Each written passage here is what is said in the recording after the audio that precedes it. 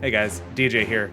In lieu of our normal episode this week, we decided we were going to share some of our exclusive Patreon content with you of our gameplay of Candela Obscura. It was run by Danil, and we had an absolutely fantastic time. If you listen to our Candela Obscura episode, you've already heard bits and pieces of this, but this is going to be the full uncut episode.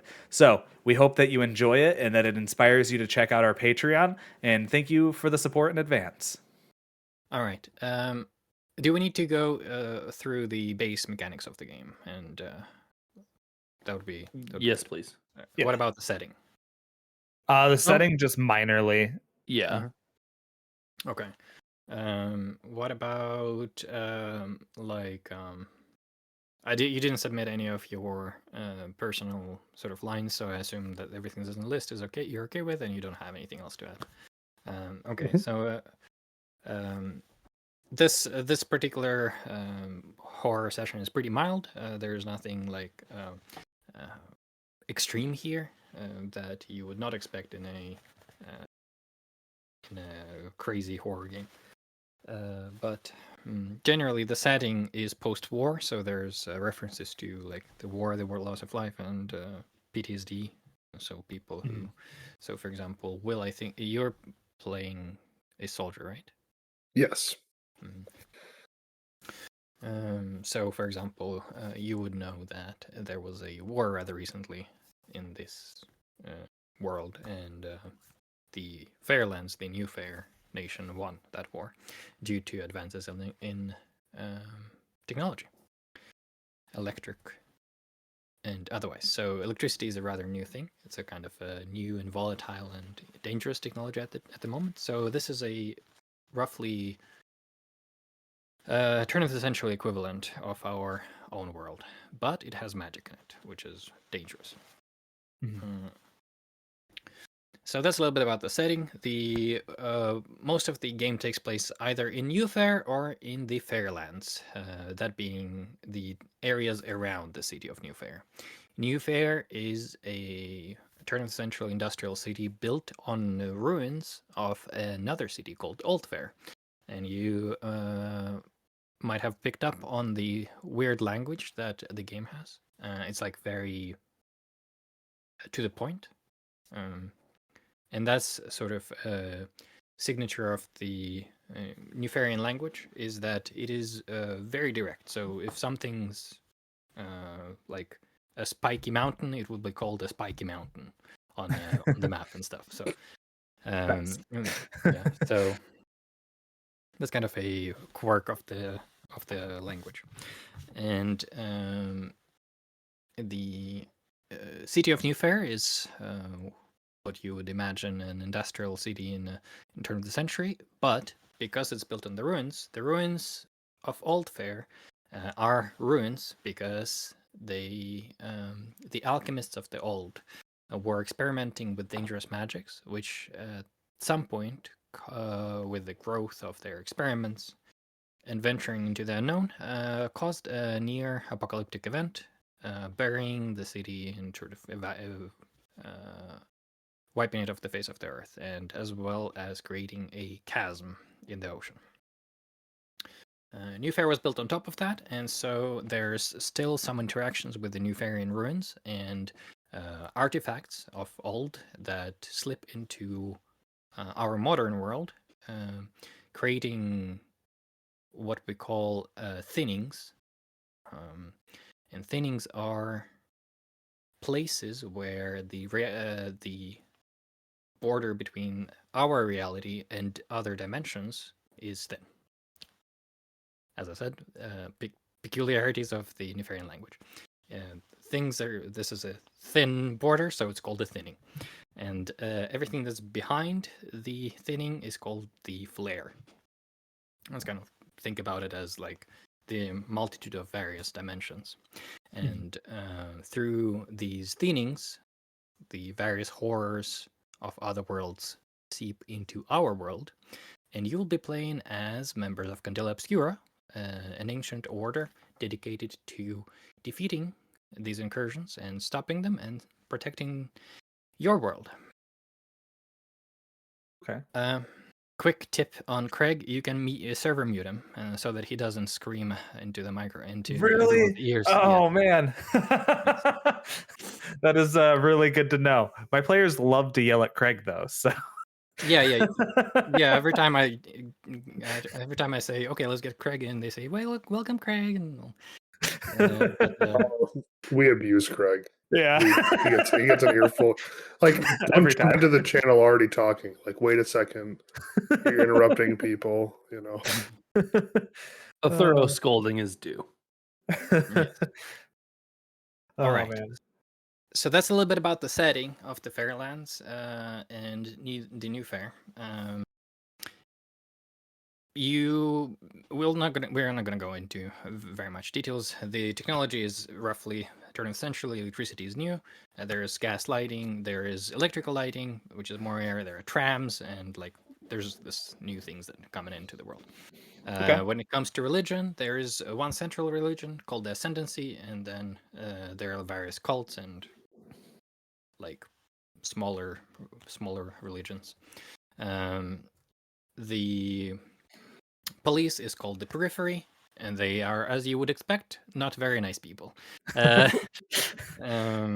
Generally regarded as the most violent gang in New Fair.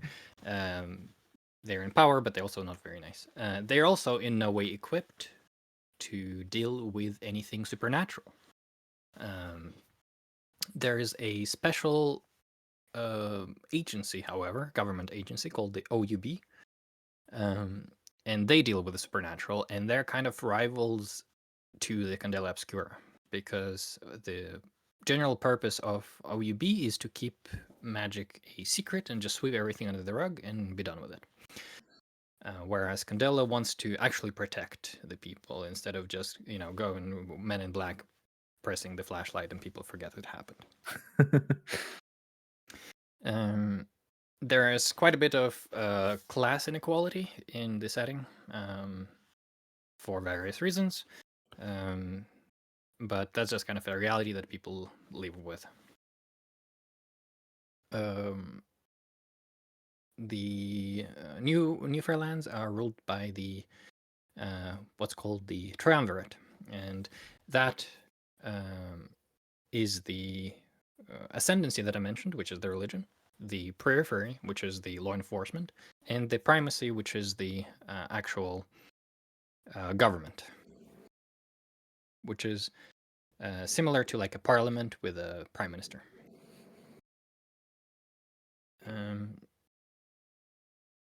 We're not gonna go deep into much of this. The only thing I'm going to mention is that there's a big university in the district called the Briar Green, which is where our game will be taking place today.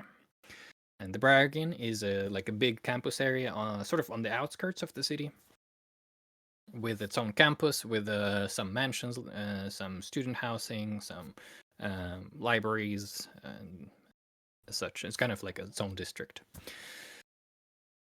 This is where we'll be playing today. Okay. Awesome. When it comes to the game mechanics, I think it's easier to go through them if we just have a quick look at your character sheets, and we'll just go like left to right, top to bottom. Okay. So the base system is that of d6 dice pools. So you are going to be rolling pools of d6s, and if you have ways to increase your pools and ability to help each other on those. Whenever there comes a moment in the fiction that we need to resolve that is uncertain, we make a roll, right? And before we make a roll, we determine two things. One, what are the stakes? Are they high, low, or just medium, normal? And the stakes are important because they determine the outcomes. So that's the first thing we decide on, right? We sort of say, okay, how is this a high stakes roll, or is this just moderate stakes or low stakes? Then we talk about sort of expectations, just to make sure that, and most of the time I think we'll be on the same page. But if you're unsure, or maybe I didn't communicate well enough the situation, and you think that your action might be better suited for the task than it actually would be, I would then say, no, but this, just to be clear, this will work this way. Like if you're trying to shoot down a helicopter with a pistol, it's not going to work. Or it might work, but to very limited effect. I have really good aim. I foresaw it working, so Yes. And then once we have established the stakes and possibly the expectations, we determine which action you're actually going to take. And usually it's kind of a dialogue between yourselves and I, where we say, well, you have sort of on the character sheets, it says the 3 actions under each rating. It says like, this is roughly what it does. Some of them will be like maybe more loosely fitted, and sometimes there are several approaches to the same problem. Like you can, as we all know, you can break the door, you can lockpick it, or you can just try and open it. And based on that, the effect might be different, the outcome. And then finally, I'll tell you, okay, so we agreed this is like this stakes roll, this is this action, go ahead and roll. And this is where you actually make a roll. And to do that, you go to your sheet, you click on the on one of the 3 peeps that's next to your action rating. It will pop up a little window, and it will show you how many base dice you have. And then you have an ability to spend a drive. Mm-hmm. To add dice to your pool. And you can spend as many drives as you wish. You get 1 extra die per drive spent. There is an ability to help your allies. So any of your ally at any moment can spend their drive and give you an extra die. They can only spend 1 and give you 1 die as an assist. You have 3 drives: nerve, cunning, and intuition. And an amount of predetermined drives available to you, and you'll spend them. And the question that comes naturally then is, how do you regain them? So as you see, there is little diamond symbols next to some of your actions. For example, for soldier, it's move and strike, and for the journalist, it will be sway and survey. Those are called gilded actions. And once you roll your action, one of your dice will be different. It will be a gilded die. You may, at any point, choose, or after seeing the result of the roll, you may choose to take the result on the gilded die, regardless of the results on other dice. And that's the result we go with, but then you regain a drive. So now I think is the natural time to introduce what the dice rolls actually mean, right? So we have collected the pool of dice, we have determined the stakes, we rolled in action, we have rolled, let's say, 46. Mm-hmm. Now we look at the results, and we look at all of them, and we take the highest across. So it doesn't matter how many 1s you have, 3s, etc. We'll just take the highest across the entire pool, right? Mm-hmm. That's the default. And then on 1, 2, and 3, that is a failure. On 4 and 5, that is a mixed success or partial success, which means you do manage to do the action that you set out to achieve, but there's a consequence. Maybe you take some damage, maybe narrative gets worse, maybe the next action you are going to try to attempt will be a higher stakes because you have caused the situation to get worse. Maybe the time constraint speeds up, etc. There is some sort of consequence. The harm that you take from failing or partial success will be determined by the nature of what you're trying to attempt, what you're dealing with, the phenomenon. So, for example, getting into a duel would be a body, and experiencing psychological stress would be a brain, and then dealing with the fallout from magics would be bleed. And those are the marks that are under your actions. And I'll tell you how many marks you'll take from that, from failing a roll. Okay. Once you get 3 marks so once you fill the marks counter on your sheet, you gain a scar. Your character falls unconscious in the scene. If there is a dynamic scene, there's action going on, they will be essentially unconscious and will need help to get up and get back into action. If it so happens that we are out of action, you'll be okay. You'll manage to just move on, but you'll have this moment where you'll have to pause. Mm-hmm.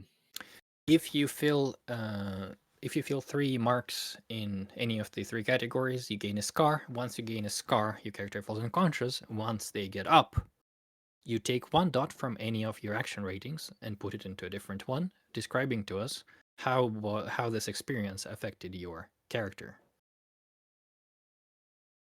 Should I give you an example, or is this like more or less straightforward? I think that should be pretty straightforward. Once we start getting into rolling, I think it'll be pretty cemented in. Yeah, of course. Yeah. This will all So- make a lot of sense when we actually start rolling. Yeah, go ahead. So like, I would take a circle off of move and put it to sway or something. Is that what you mean? Yes, exactly. Okay.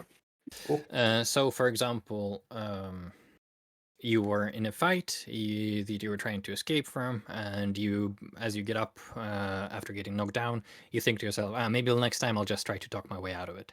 And so you change from move to sway. So it's like That's you cool. choosing to approach things in the future differently. Basically, yeah, it affects, like, you change your personality a little bit, or Yeah. your approach Okay. to situations. Now, I'm not saying that I'm interested in doing this, but Mhm. as a GM that's had problematic players, what? Could somebody just keep moving the same point back and forth, How do you mean? like over the course of getting scars? I get. Well, do you die after 3 scars? Yeah. Okay, never mind. Gotcha. I was gonna say they could just bounce these points around. No consequences. No consequences. Death. Yeah. Yes. All right. So, And it's you more. only So only this get is a so more many. episodic kind of game too. So when do marks normally, if you were running a full campaign, when do those kinds of things reset? Great question. That will be between sessions. So right now we're not going to go into too deep into the circle mechanics, but typically at the start of the game, we would, before even making your characters, we would start with creating your circle. That is to say, your crew, your organization, your cell of Candela Obscura. Okay. We'll pick the special ability. We'll distribute resources that are available to clear the different kinds of your marks. Like, some let you gain drive back, some let you clear some marks, and Yep. and also a circle gives you a special ability, and you have an illumination track, which is essentially an experience track, right? Mhm. And after each assignment, we would go through what you've done during the assignment, and what's it called? Just fill the track. We'll answer some questions, elimination questions, and fill the track. We're not going to do this for this one. I just gave you a circle ability to all of you, which is called In This Together, with the assumption that you're coming into this as people who know each other from before. And I've kind of left this up to you. So if you haven't thought about it, you can start thinking about it now. But also, it's not like a big deal. Yeah. And then Okay. you have your character special abilities that are on the left under your sheet, on the lower part of your sheet. Yeah. You have 1 from your role, 1 from your specialty, and 1 from your circle. And then, as you would in a campaign setting, as you would level up your character by improving your circle, right? You would gain new abilities here. You also might see that there is a list of gear on the right. And I don't know if you have played Blades in the Dark or games like that. I've heard about them. I haven't played them No. yet. That's on our list. Okay. Well, I do run those as well. Sweet. Yes. So the gear works similarly, and I like to explain it in the same way as explaining in Blades in the Dark. Your characters, your investigators, are competent, smart. They've dealt with these issues before. They know how to prepare. So instead of painstakingly thinking, "Oh shit, what might I bring to this mission?" Right. They would just- have already thought of it, but we as Exactly. players don't have to. Exactly. So Right. Perfect. when a moment comes during the game where you think, "Oh shit, I could really use a weapon right now," and then you say, "Okay, well, I'll pull out my rifle," and then as a soldier you get, your Yeah. heavy weapon, and we say, "Yeah, Yeah, okay, it's like sure, the, of oh, course I it makes didn't. sense." Yeah, I didn't buy the 5 gold, Mhm. really long rope when I was at the start. Darn, we don't have rope. No, it's like, no, we have Yeah. rope, right? Okay, yeah. The only limitation here is that you have 3 gear slots per assignment. Okay. So once you have marked off 3, you don't have access to any more gear. That's all your preparation. Okay. Now, is that limitation only put on like directly mechanical kind of gear, whereas like there's other just like assumed like role playing in character, like, oh, my character has some tarot cards because I'm a weird or something like that. Like there's that Yeah. kind of stuff. But you Sure. mark it off, like it validates being marked off as gear if it has like if it's a grappling hook, if it's a smoke bomb or something like that. Correct. Yes. Okay, So cool. anything that gives you mechanical benefits. Okay. Handkerchief smelling of your beloved would not take up your gear. Gotcha. All right. And then actually to the point of elimination keys. Now that we've brought this up, right, just to get it out of the way. So at the end of the session, we would typically go through your elimination keys, and you can, during the session as well, look at them and sort of remember, this is how I am supposed to act as this type of role and specialty. They're at the top right of your character sheet. So for journalists, for example, you have gather information, and for soldier, it's use violence of action, protect someone, act tactically. For medium, it's connect with a supernatural, sense something, sense a phenomenon, or Make a scene. Yeah. Right. So these are sort of both playing tips as well as experience points. Right. So that's a kind of one of the things about these systems, both Forged in the Dark engine and this engine that it's built on, is that XP is directly correlated to playing your character instead of just being arbitrary slaying monsters. XP from everyone's favorite dragon game. You run Cypher, right, DJ? Yes. Yeah. Yep. So it's more like Cypher. Okay. Gotcha. Yeah.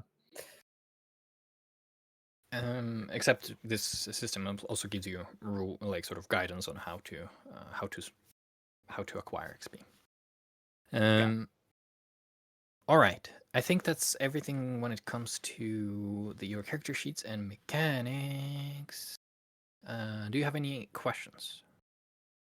Oh, there's one more thing I forgot. Go Sorry. for it.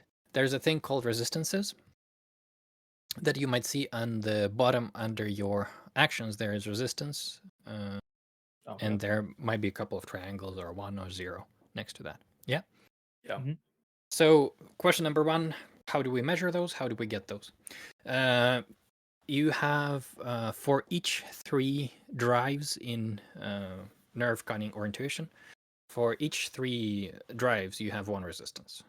So you can see that, for example, on soldier's sheet, you have 6 nerve drives and 2 resistances in nerve. For journalist, you have 6 in cunning and 2 resistances in cunning. And then the one you have less than 3, that's 0 regardless. For example, on the medium sheet, you have drives 2 in nerve, but 0 resistances because it's not equal to 3. So it's measured in 3s. And then resistances, how do they work? Whenever you make a roll and you see that the results are not as you had hoped they would be, you can say, I would like to spend a resistance. And then you re-roll the amount of dice that is equal to your action rating. Any additional dice that you have spent on the roll, you don't re-roll. Only the action rating rolls. What's the action rating again? Action rating is how many peeps you have next to each of your actions. Okay, got it. So that's the number of d6s that you roll on it. And so you're saying if you have a resistance in it, Mhm. what do you expend to use that? Is that just always on? Like that's just a You spend the passive? resistance. That's it. Yeah. Oh, okay. Oh, okay. So you spend the resistance to Mhm. then essentially re-roll the 2 pips that you have in that skill. Yes. Okay. That's exactly how it works. And that resistance refreshes every encounter, or when does that? After a session, between sessions. Oh, okay.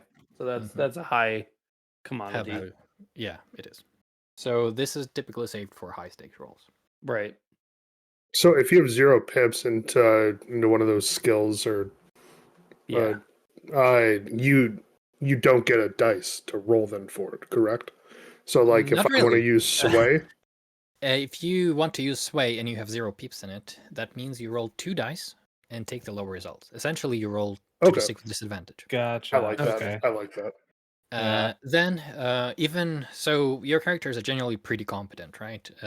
But rolling actions that you're not really trained in gives you only like a 25% chance of success. However, Yeah. by just pushing yourself a little bit and spending some drive, you can improve your odds significantly, going from 25 to 50.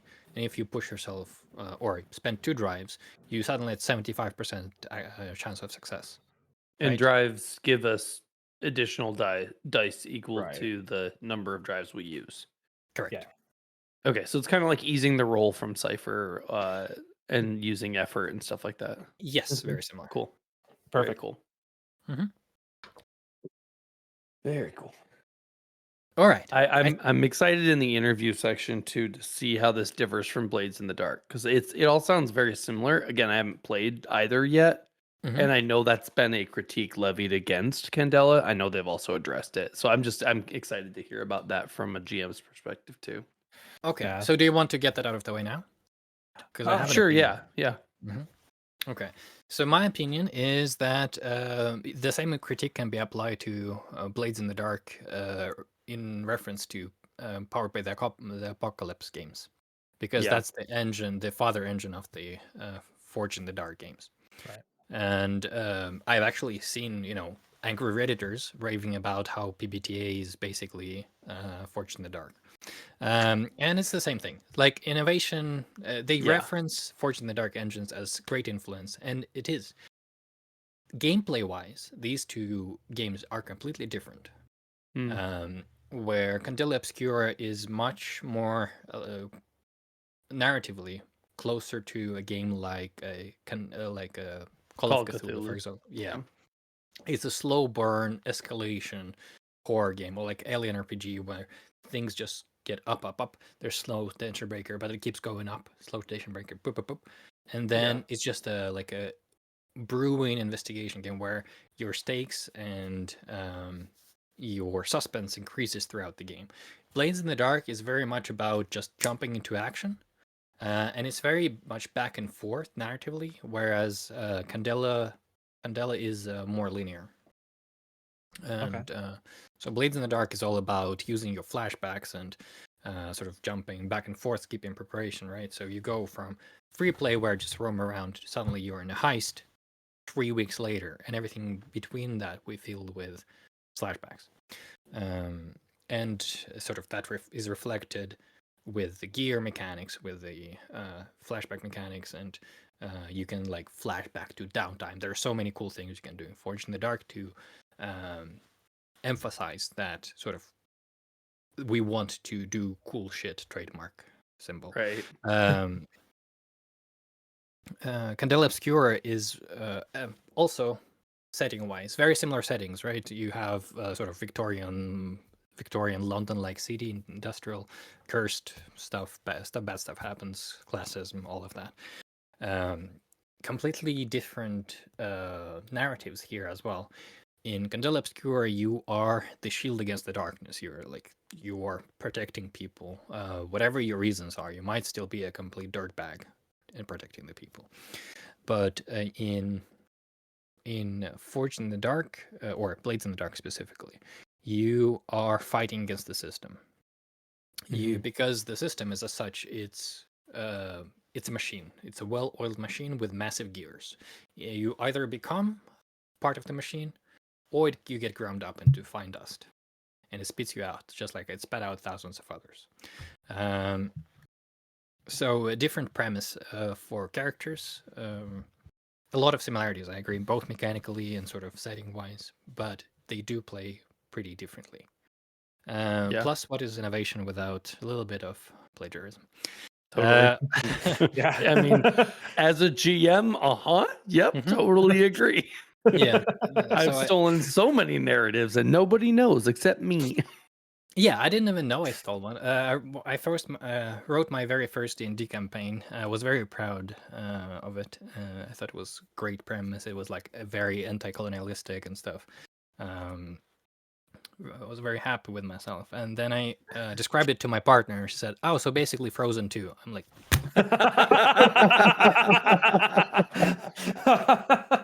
Incredible. Like, ooh, Love it. into the unknown.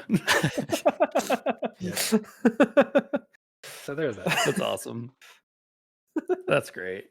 Yeah, no, I definitely hear where you're coming from. No, I just have been curious about that because I know it got a bunch of flack online, but I mean, CR kind of draws a lot of ire these days for lots of random reasons. So I'm always like, okay, let's see how it is. I want to check it out.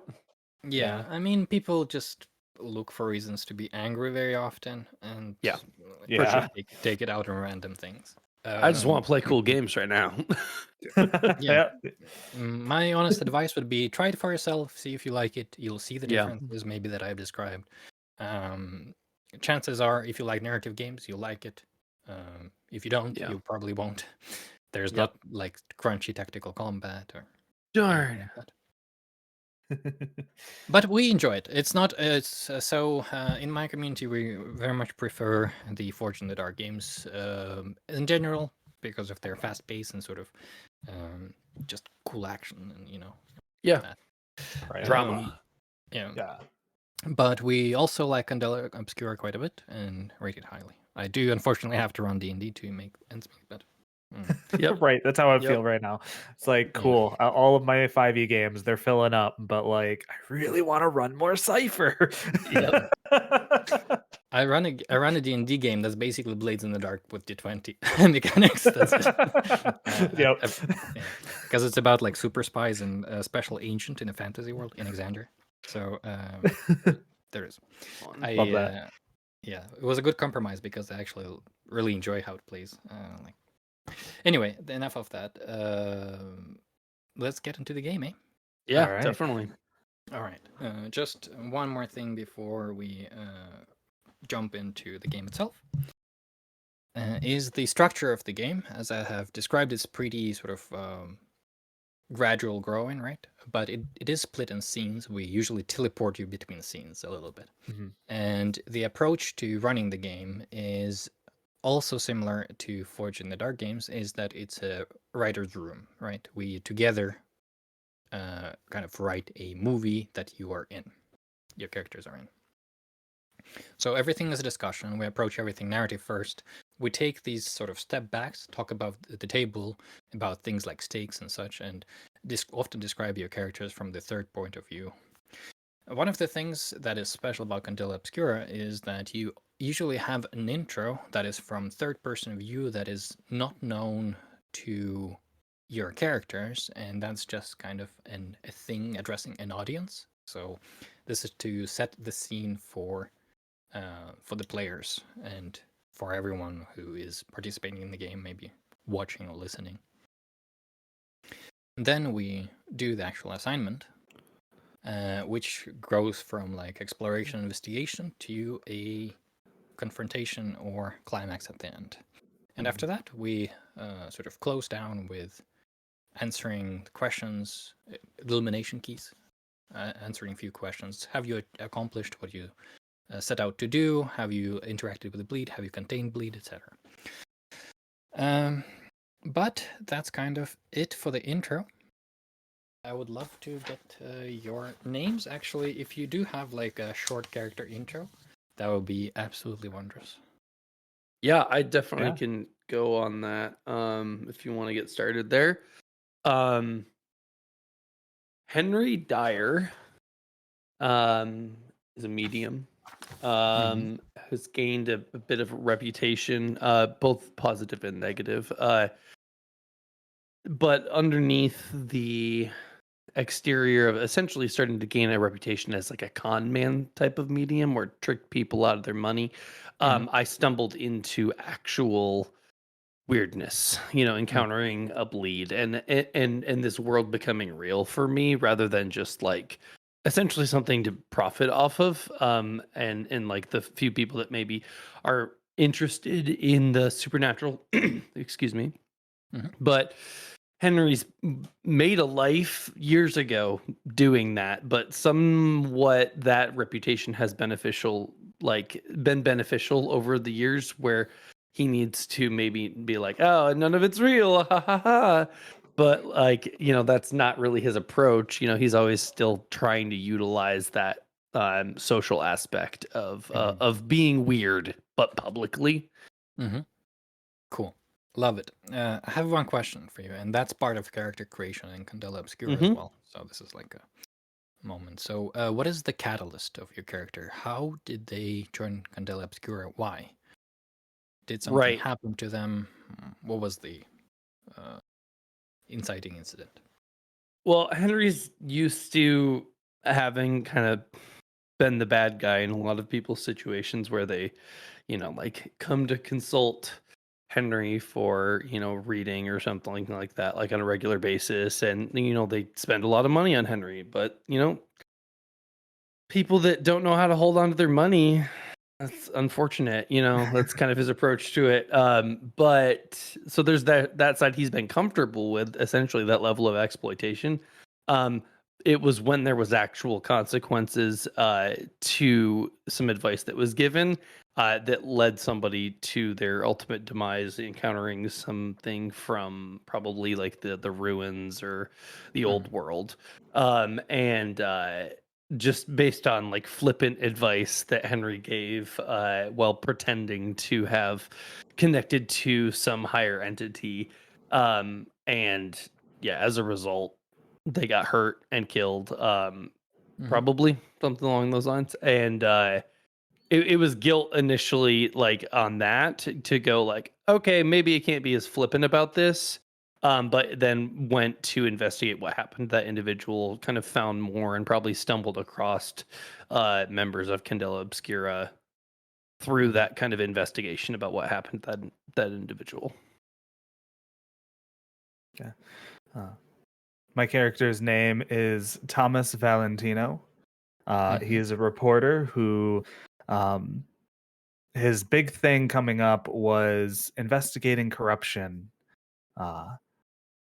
across the government structures and the enforcement agencies, and stumbled upon a conspiracy of this magical ness, and keeping it quiet.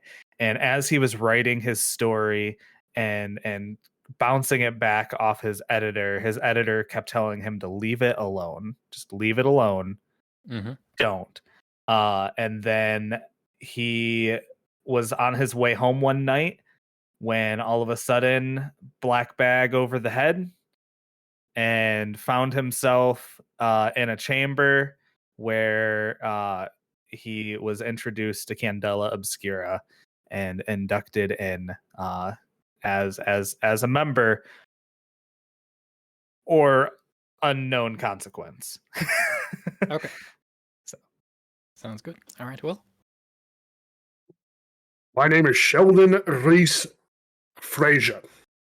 I am 45, and I joined Candela after years of working in the periphery. I wanted to do something nice and kind. They like to steal from people. There was an old lady named Carrie Malcolm, a baker, and well, They tried to put some dirt on her because the city wanted to take control of a bakery, and I helped her out with some evidence to make sure that that wasn't a legal probability.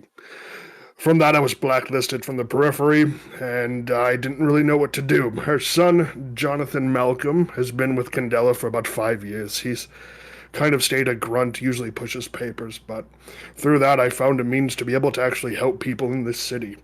Now, me and my family spend most of our holidays with Mrs. Malcolm and have kind of joined her extended family. I'm just here to help people out with my large girth and big muscles. All right, I love it. What? So you're a circle of Candela Obscura, right? You have worked together before. Mhm. Give me a quick sort of rundown of your relationships with each other. Let's start with Henry. Mhm. I think that Thomas and I have a bit of history. I would imagine you probably reported on me as like being a fraud years back. Not a fan of that. So there's a little bit of like unresolved stuff there where like I feel like you probably poke and prod the actual medium work that I do now. Right. Of course. Because you know it to be real, so you know I'm not making it up, but you Right. likely have had some friction with me in that way. I definitely like I trust Sheldon with my life. Like this guy, like to the point of like maybe it's not as reciprocal as it should be from Henry. Like it's but Henry knows Sheldon's good for that. But yeah, I think Henry's pretty transactional in his relationships at this point. Even amongst Candela, he's probably not been the most trusting of people until he feels like he's got a thorough beat on them. All right. What about Thomas? So we got a sort of we got Henry's view on the situation. What's yours, and how do you relate to Sheldon as well? Yeah, so I find, obviously, as Henry stated, I find his dangerous dabbling, in, his medium work, very borderline. And of course, I keep good tabs on it, and you know like to see it, also like to watch it. But with what was your character's name again, Will? Sheldon. Sheldon. Sheldon. With Sheldon, I have an interest in for other reasons. This veteran of the war, now exposed to this world and where magic is real. I find his reactions to things very interesting, and his psyche very interesting. Kind of writing a secret a piece on the soldier in the fight against incursions. Interesting. All right. And what about Sheldon? What's your general attitude towards your circle members? I don't really like all of that weird stuff, but I will say that Henry does a good job of getting things done. And of course, there's always someone in a group who needs to be able to make decisions. I don't like to do that. I like to just be there for support. So having someone who is curious as Thomas helps out, they get the job done. They seem to like my croissants, and we haven't fought too much, so it's nice. They said Microsoft for a second. Yes, that too. Microsoft. Damn you, Microsoft. That's actually what he calls his croissants Microsoft because they're small Oh, that makes sense. That makes sense. and they're soft. But Small flaky. little pillows of love. Oh, jeez. All right.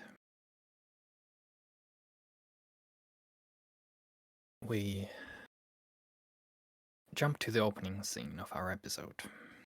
We see a small college town with a campus, sort of short 2-story buildings made of red brick. We see lots of trees and greenery, library, university buildings. All of it is overtaken by a thick fog.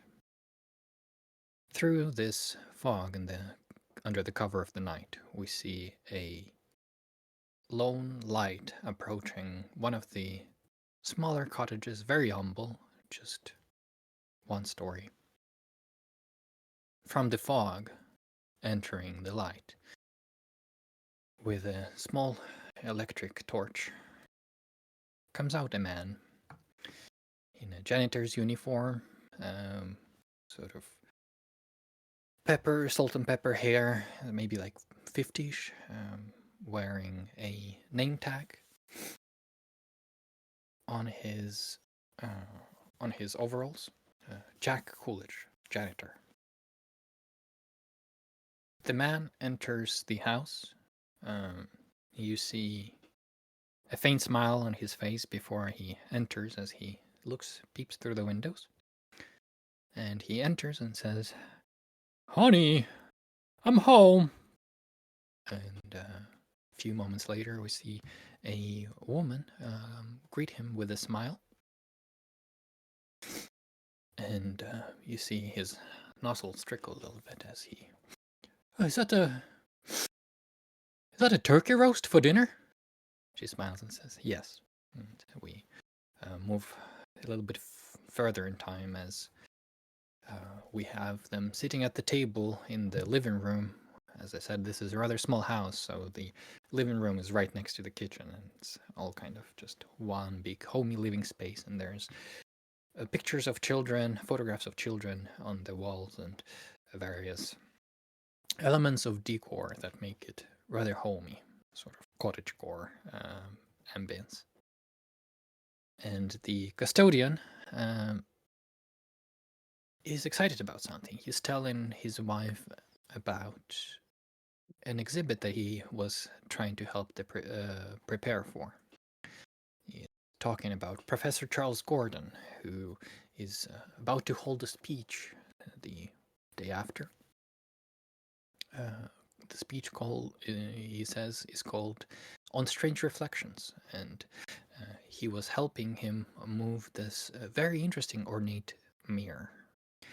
And as he goes into details describing this day at work, we zoom in on the wife's face as she's sort of listening intently with like a faint smile.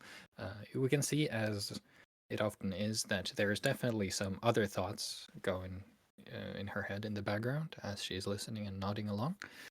When suddenly her expression changes to that of utter horror and shock.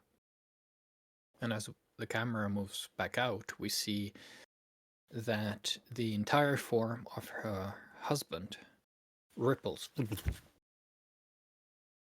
and melts into one puddle of reflective liquid.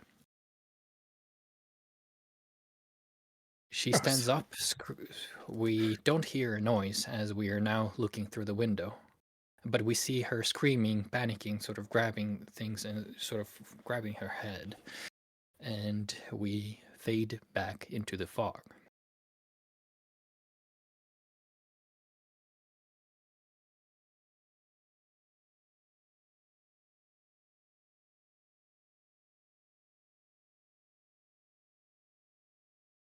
We see a tram, one of the last trams, pulling up to Briar Green Station. It moves through the still thick mists, separating it as a cruiser through ice.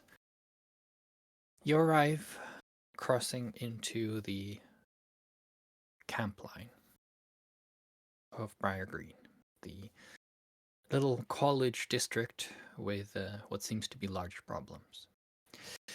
Despite the fog, the air is chilly and leaves litter the ground as first breath of winter crawls in.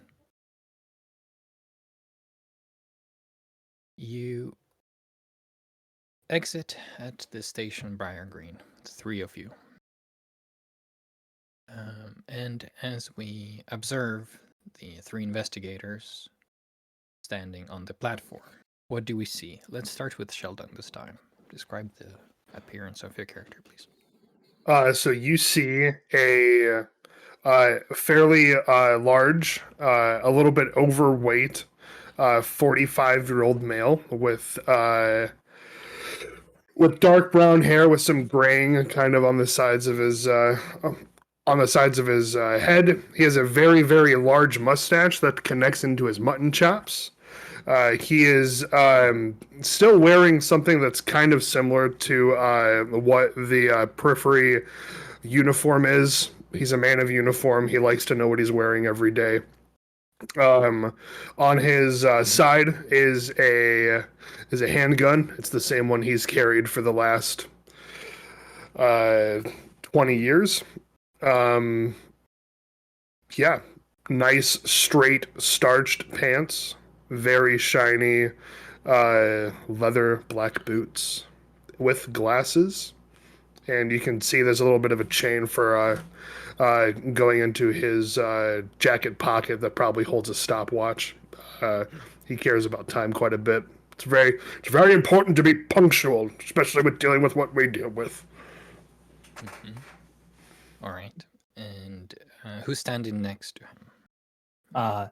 Thomas steps off and takes a deep breath. You see him. He is quite well put together. He's got a nice, almost like a mild tartan suit on. Lines, crisp, very well ironed, very well manicured. He is clean shaven, and he wears a matching Gatsby hat that matches his entire outfit. And he reaches into his back pocket and pulls out a small pen or a small pencil and note, and just kind of looks around and just kind of scribbles some observations of the area. Mm-hmm. All right. And the last person stepping off the cart is Henry Dyer. Yeah, Henry's just kind of like leaned over and is asking for a light, and as he's kind of trying to get that from from Thomas, I don't know if Thomas has light, but he's like bugging him, and then he goes kind of over to Sheldon for a light. He's like, I just need a light. Fine.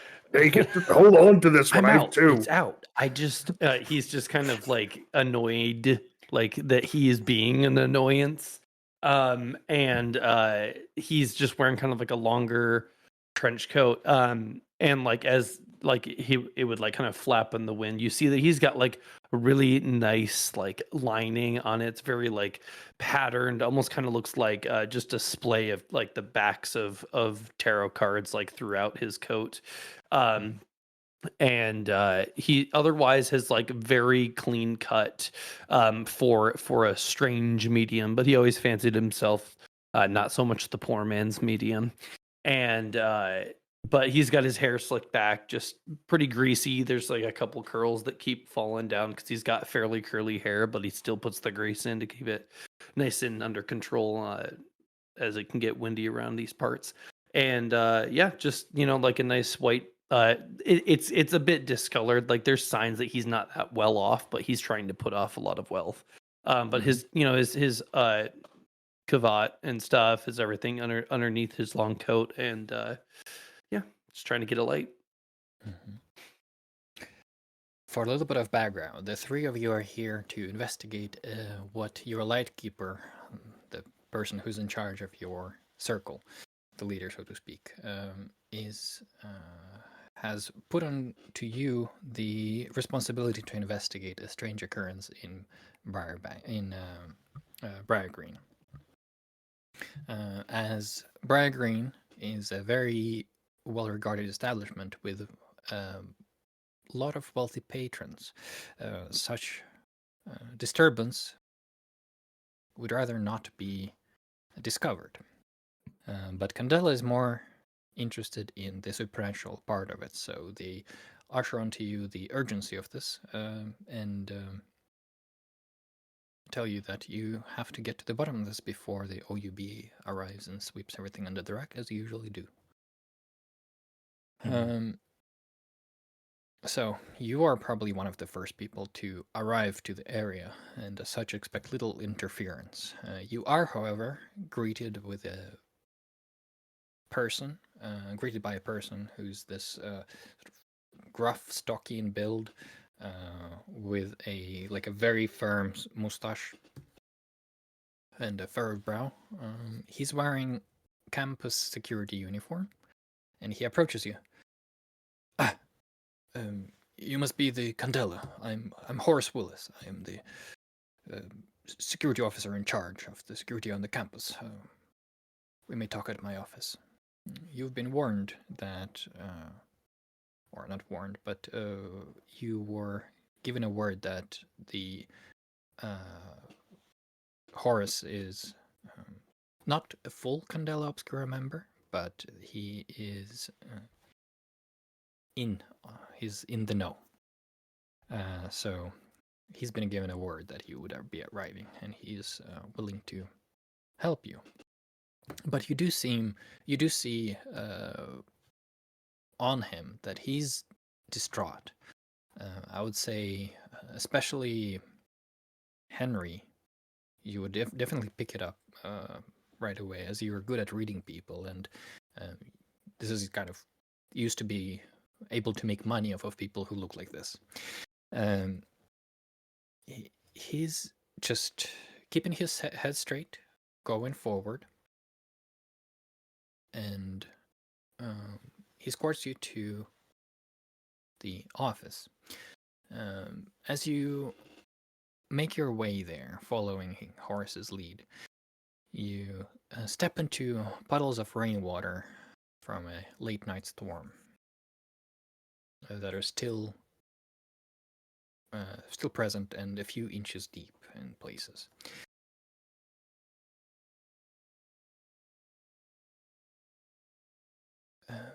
With your keen eye, I would say, Thomas, you sort of see that one of your shoes gets a little deep into the puddle, and you shake it in frustration. You see, as the reflection ripples through the puddle, it reflects everything about the world, but also nothing. It is strangely deep and dark. It's almost disorienting for you. Huh.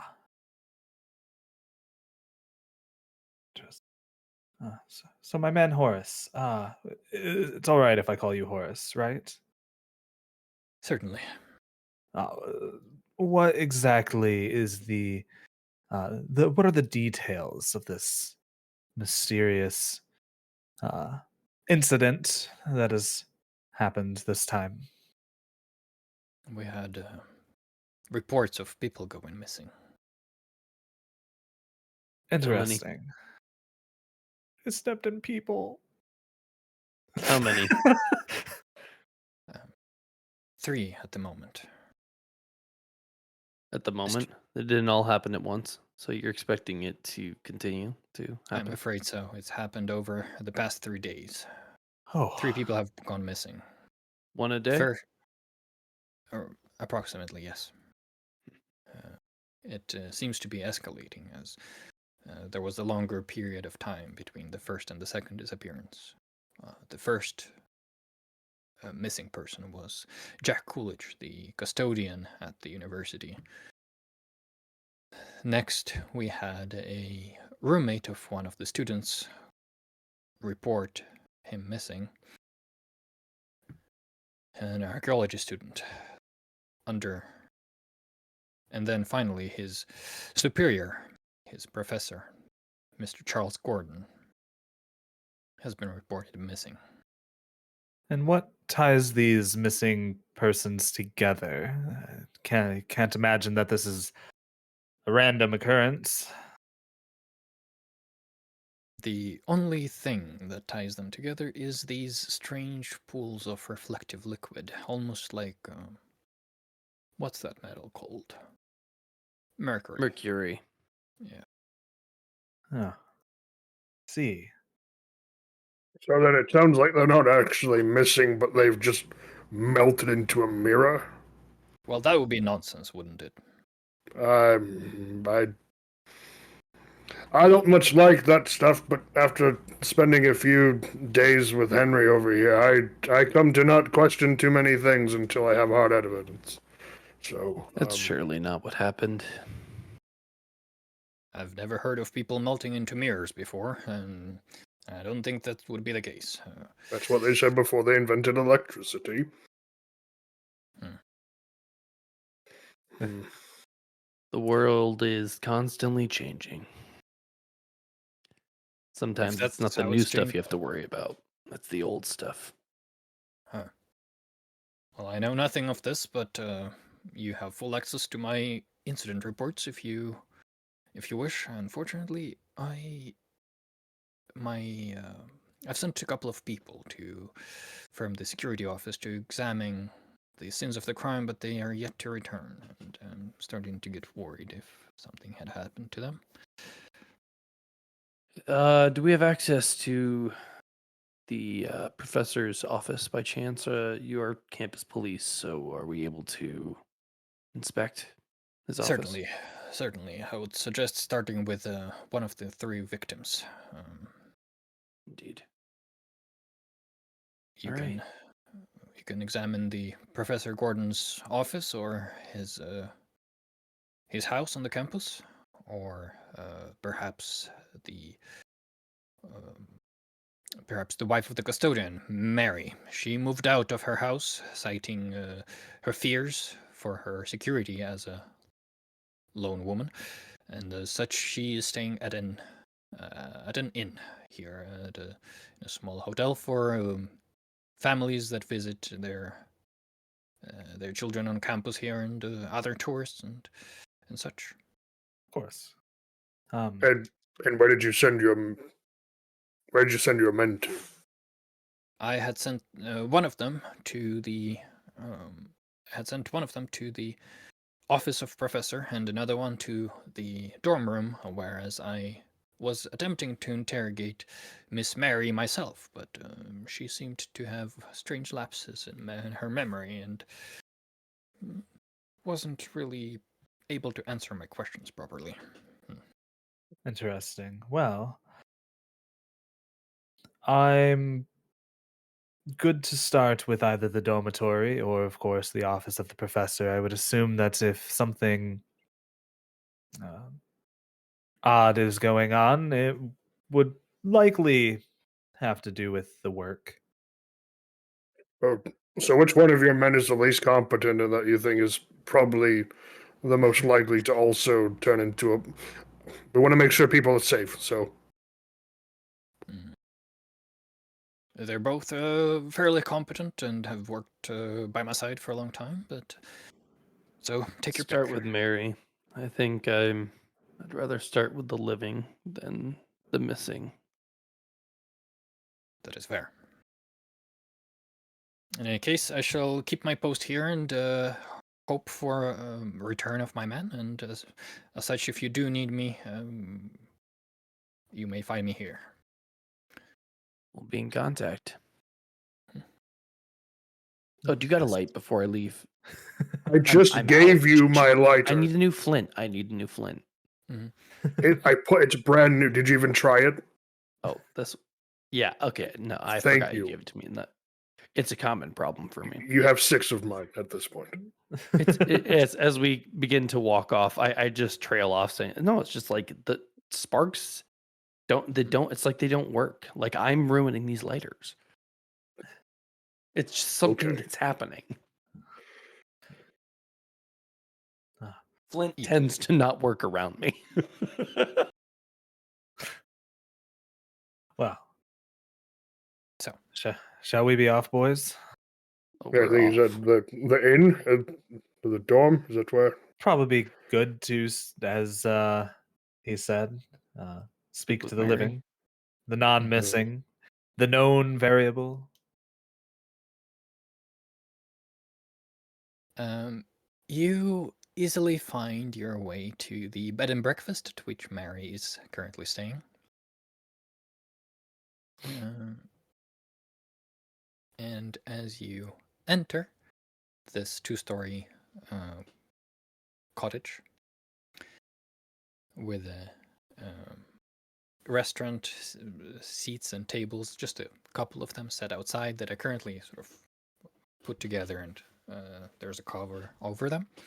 But you do realize they have some sort of outside dining area as well. As you enter, the bell goes ding, and you enter the dimly lit, warm lobby, where behind the counter there's an older lady who's stands up. Her eyes lights up, and as she straightens up, you realize that she barely got any taller, as she's kind of poking over the counter with only like her chest and her head and shoulders. Well, hello, us late visitors. How may I assist you? Ah, yes, my dear woman. We are looking for a patron by the name of Mary. Mary Coolidge. Mary Coolidge. And a cup of coffee, please. That can be certainly arranged. Sebastian, there's visitors. They demand coffee. And an older man in a leather apron stumbles out of the room from the back room. Sort of, oh, no need to yell. And the door goes doo doo doo doo. Oh, how many cups coffee cream for any of you? One black, no need to dilute it. Like some. Could you? Is it like a thick, like a goat's milk? Or are we talking like It's probably just cream, Henry. It's cream? usually always cream. Okay. Black is fine. None for me, thank you. It makes me jittery. I prefer black anyway. Understood. Mumbles to himself a little bit, turns around and goes back through the kitchen door. Swings once again a couple of times with a slight creak. The woman by the counter says, I'm Ruth, and that's Sebastian, my unfortunate husband. So you wanted to speak to Mary, but may I ask you why? She's a woman in grief, and she's... I would like for her to not be disturbed unnecessarily, because I feel for her. Her husband's disappeared, you see, and poor woman's been a wreck since then. That's Do I actually feel why like- we're here. Do I feel like this individual's like, just reputationally, more like setting knowledge? How would just introducing ourselves as part of Candela be received? Is it a full secret organization, or It is a it secret like organization, yeah. okay, so that's not just a thing you flash. Yeah, no, it is not. Okay. A normal person would probably just go, what? And then there's a The chance that you might what? run into someone who is Right. who wishes ill upon Right. Candela. Yeah, I'd like to just kind of begin to explain that we're essentially we're co-workers from the university.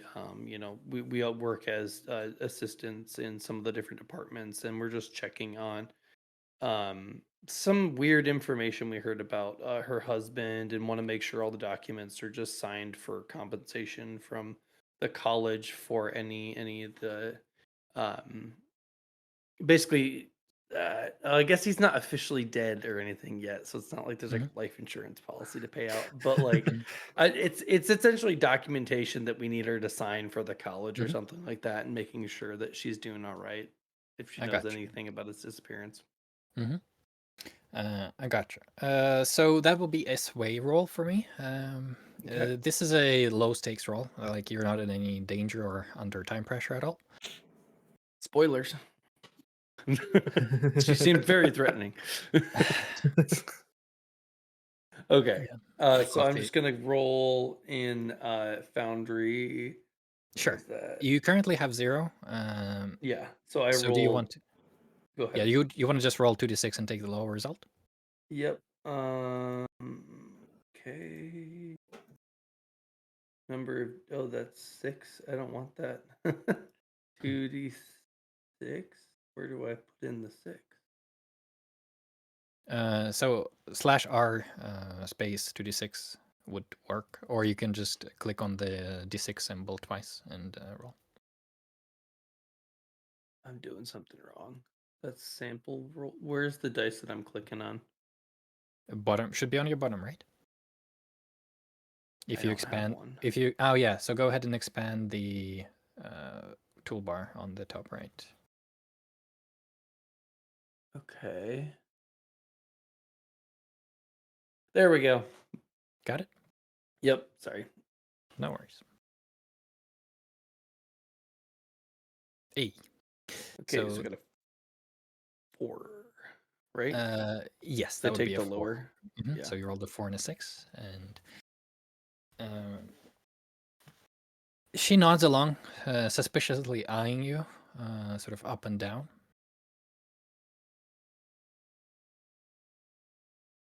Okay. You say that. Oh, let me jot down your name real quickly so I can check later. Do you give her a real name? No, I would give her name of Jeff Bridges. Okay. Mhm. Okay. So you give her a fake name as she suspiciously eyes you up and down. Okay, but let me go talk to her first. Okay. You see, as she waits for her husband Sebastian to come back from the kitchen with 2 cups of coffee for each one of you. Says, Sebastian, keep an eye on these. I'm gonna go upstairs and talk to one of our guests. And she sort of moves up the stairs and she's sort of shuffling in her little tufels with fluff around the rims. You hear her knocking on one of the doors, and the door, and then sort of whispering that you can't quite make out, unless you want to try. I definitely would like to try. Mhm. What role would that be? I recognize a fish hook when I see one. I'm a nosy bite. reporter. It's my thing. So there, in this particular case, there could be a couple of options for you to roll here. You can choose the one you're maybe better at. So it could be a hide for doing it discreetly, or it might be a survey for trying to sort of listen in on the conversation. Probably use survey, just kind of, not make myself too obvious, but just trying to really focus on those ears, We're at a B&B. You can walk around. Yeah. So let's see. And I have a gilded die in that. Correct. So so if you spend a drive and Yep. you take the gilded result, you might get it back. Oh, here, actually, let me go to my copy. I just realized I can't change drives on or do you see the rolls on Demiplane? I do see those, yeah. Oh, cool. All right. It just won't let me change the drives, but I would like Okay. to use a drive. Oh, Okay. it's right there. I found it. Never mind. Oh, Great at so I this. should go back to the one that you sent me, not the copy, and I can just roll there. I'm gonna take that gilded die, and restore that drive. So, 4. All right. So you take a 4, which is a partial success, so you get your drive back. And okay, so you hear bits and pieces of the conversation as they are whispering, and it's really hard. And it's like, Mary, here's a man from the university you wish to speak to you. And she says, I don't want to have anything to do with that cursed place.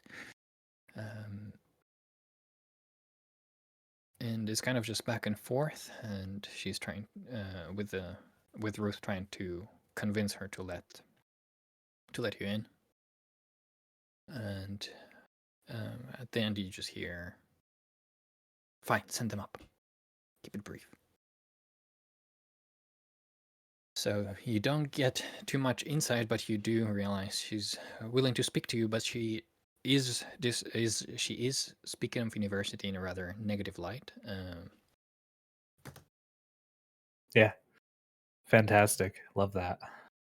Ammunition. Mhm. All right. Hey, what'd you hear? Oh, What's she saying?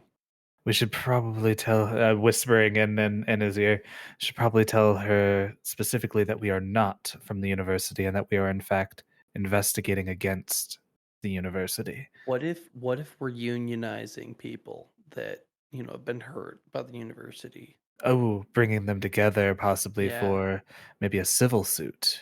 There Yes, we go. I do like that. Let's do that.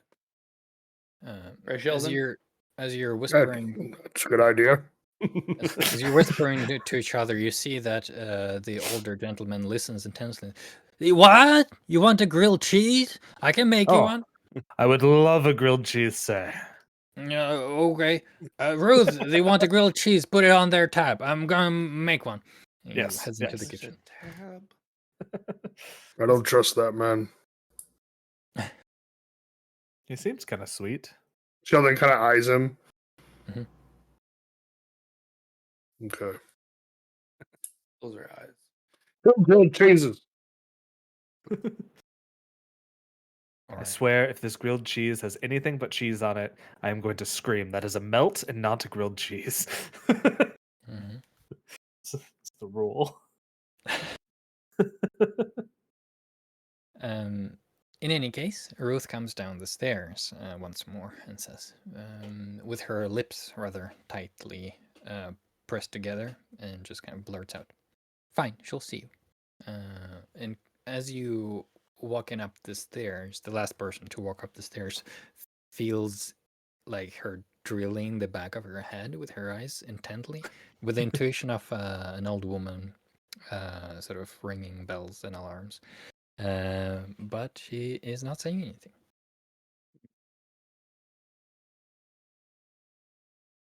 Quite strange weather we're having, huh?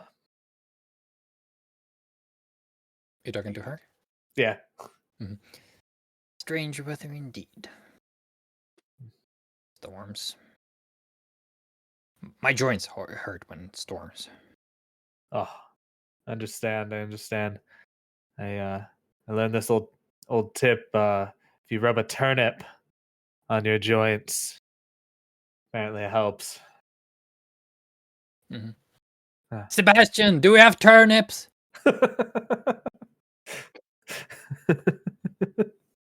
Is the last thing you hear as you come up the stairs and knock on Mary's door, and it opens just ajar, and you see there's a chain on the inside, like the chain lock,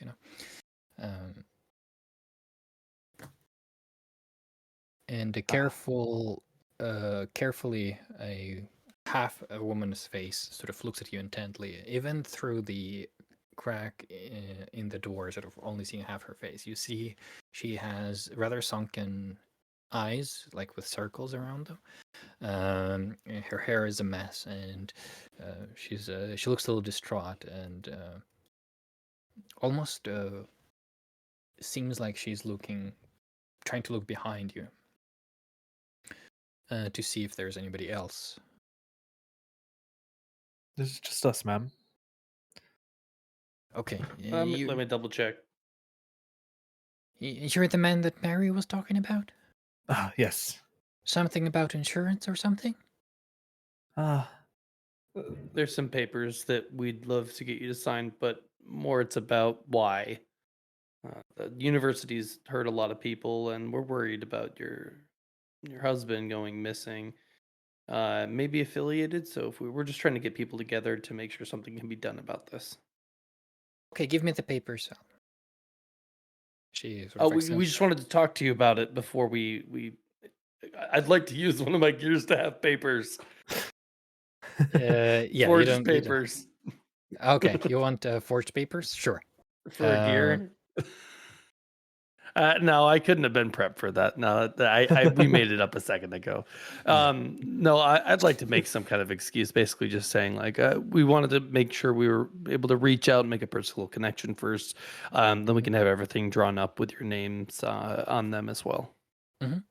Consider that one of you is an actual journalist, so you can flash the credentials there and say that you're working on a case, for example. All right.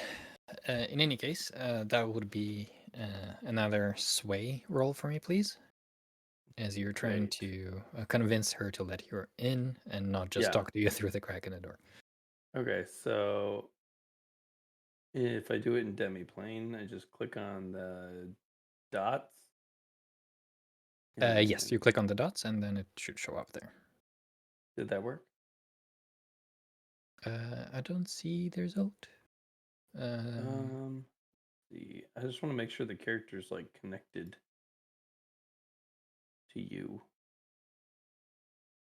Yeah. I'm on the link you sent me. Mhm. Did it not? How do I send it? I guess. I should just be able to see your rolls in the window, in the roll window. But you know what? Let's just keep it simple and let's just do the foundry roll. That's fine. I just want to make sure I was doing it the easiest way. Yeah.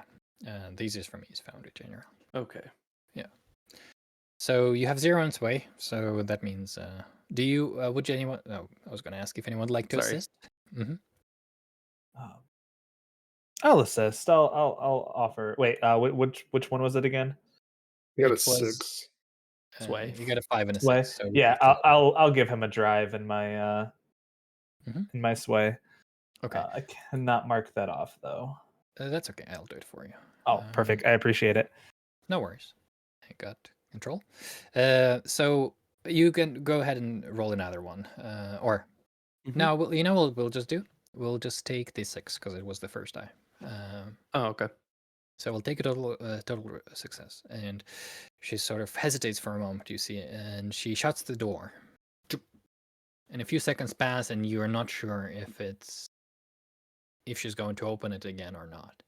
And then you hear the locks unlocking, and she opens the door and sort of hesitantly stands in the door frame, letting you pass.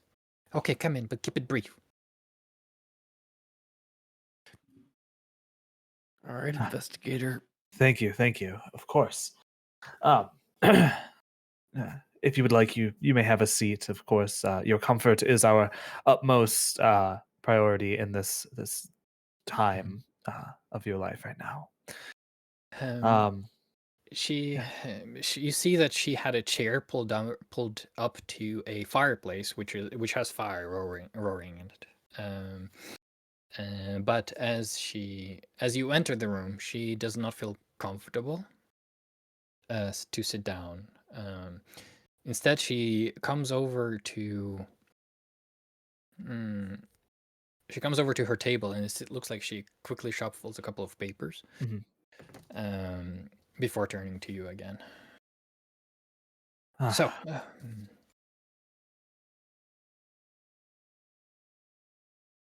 well, I know that the university themselves asked you some questions, and of course the university security and all of that. However, I just want to open this up and let you know that this can you can be a little more open and honest with us. We are going to we're not here to pass judgment on you. In fact, we just would like to know exactly what you've seen and tell your side of the story, and of course make sure that you're well represented. Well, can't tell you much, but this place is cursed. People go missing. They say it's just people going away, but I know it's not that. I know people are going missing, something strange. Mhm. I know my husband. He would not just disappear me. We've been married for 30 years, and I'm worried sick. Yes. What's the last you saw him? Well, I sent him off to work in the morning to the university's library. And he never came home, as far as I remember. No, was your husband, and Thomas is writing all of this down in a little notebook, and he goes, "Now, was your husband working on anything that he was particularly interested in recently?" Oh, he kept talking about that mirror exhibition with the professor. What's his name again? Sorry, I think it's the stress. I've been struggling with my course. memory. Was it Gordon? Yes, that's right, Professor Gordon. Yes, an archaeologist. A mirror exhibition. That's kind of a strange bit of artifacts to be uh, so interested in. I mean, Yes, some sort of antiquity. He's an archaeology professor, and he was interested in various antiquities. And I think they found something and were going to exhibit it. And I'm sorry, memory is not as good as it used to be. no, it's quite all right. Does she seem genuine with the memory gaps, or is she lying to cover up having seen something more dramatic? Okay, why don't you make a read roll for me, please? Great, I have that. Mm-hmm. You have 2, and Now, 1 is good. I specifically have lie detector Okay. as an ability. Okay. So So you would like to use yours as well? I believe so. Yeah. Okay. So do you want to each make separate attempts, or do you want to one helping another, maybe, or? What do you think there? I think we can go separate. Go separate? Yeah, let's go separate. Okay. Yeah. The stakes here are medium. Okay, so that means we need a 5 or a 6. That generally Or is means if that- you fail, it will be worse. Oh, I'm going to aid Henry. This isn't my first interrogation. I've been through many of these. So Okay. I don't think you have a cunning drive, however. oh no, I don't. So I cannot help. So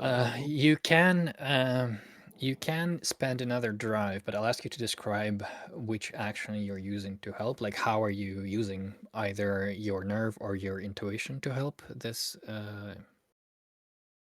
attempt? Using my intuition, and just I'm very focused um, on Mary. I've seen victims of theft. That's right. Family who loved ones have been murdered. And yeah, I also understand that sometimes trauma causes some other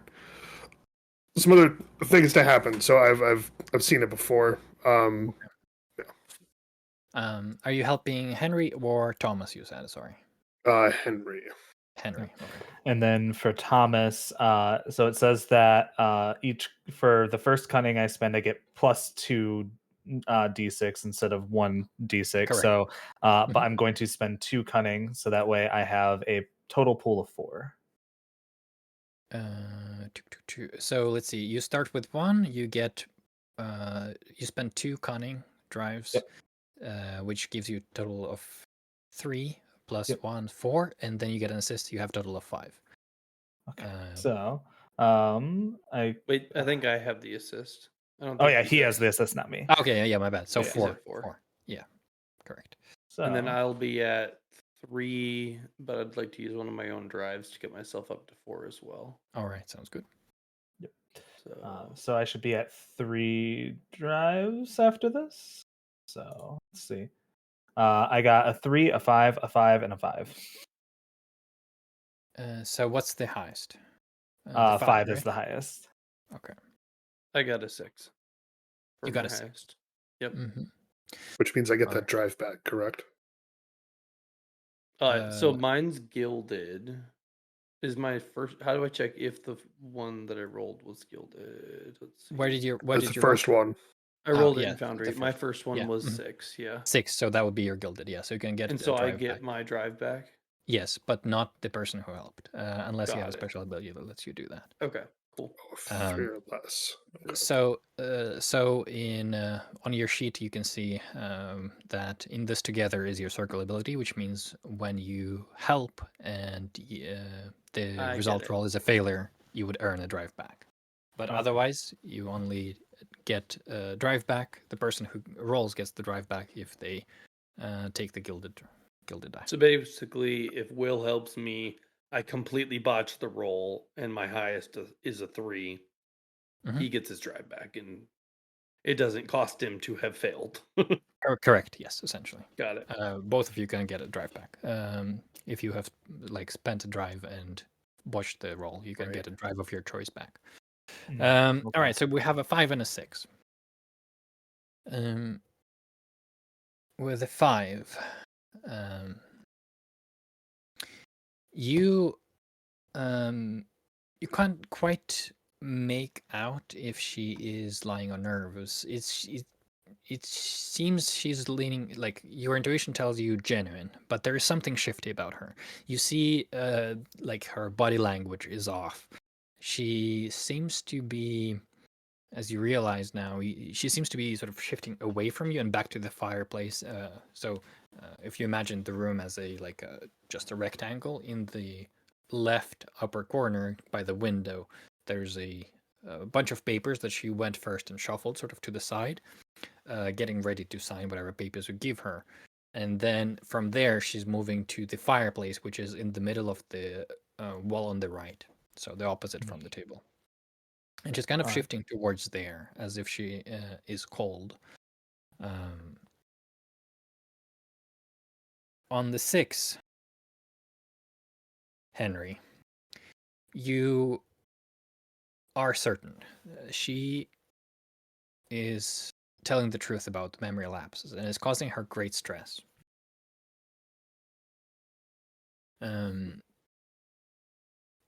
You also realize that her mind is, and you've seen this before with victims who maybe have come to you as clients, how easy it is for another explanation to fill the gaps. Mm-hmm. Like, for example, this was your bread and butter back in the day of being a con man. Yep. You give them an explanation, it jumps into that gap immediately. And this is kind of what seems to be the case with her. Mm-hmm.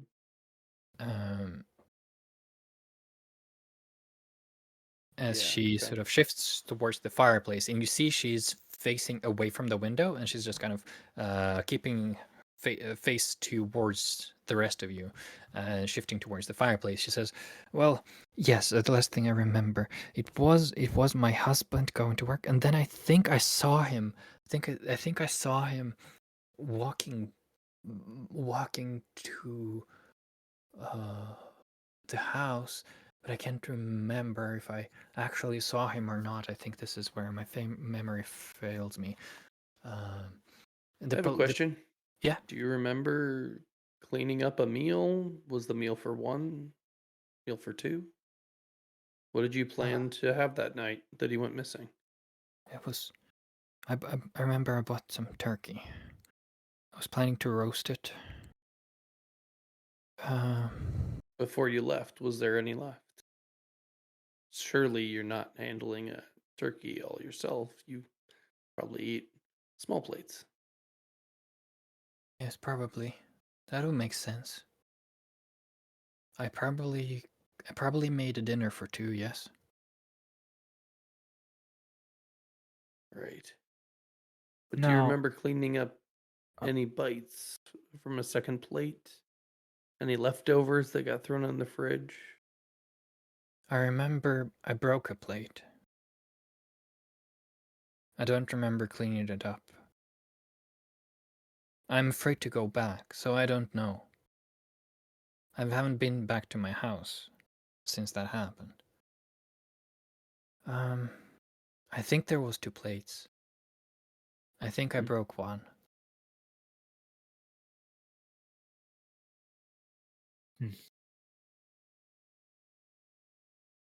Well, before we go, Mhm. I would like to get down and kind of like this supportive stance, by her chair.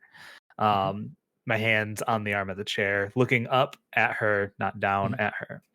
Mhm. And I would like to say,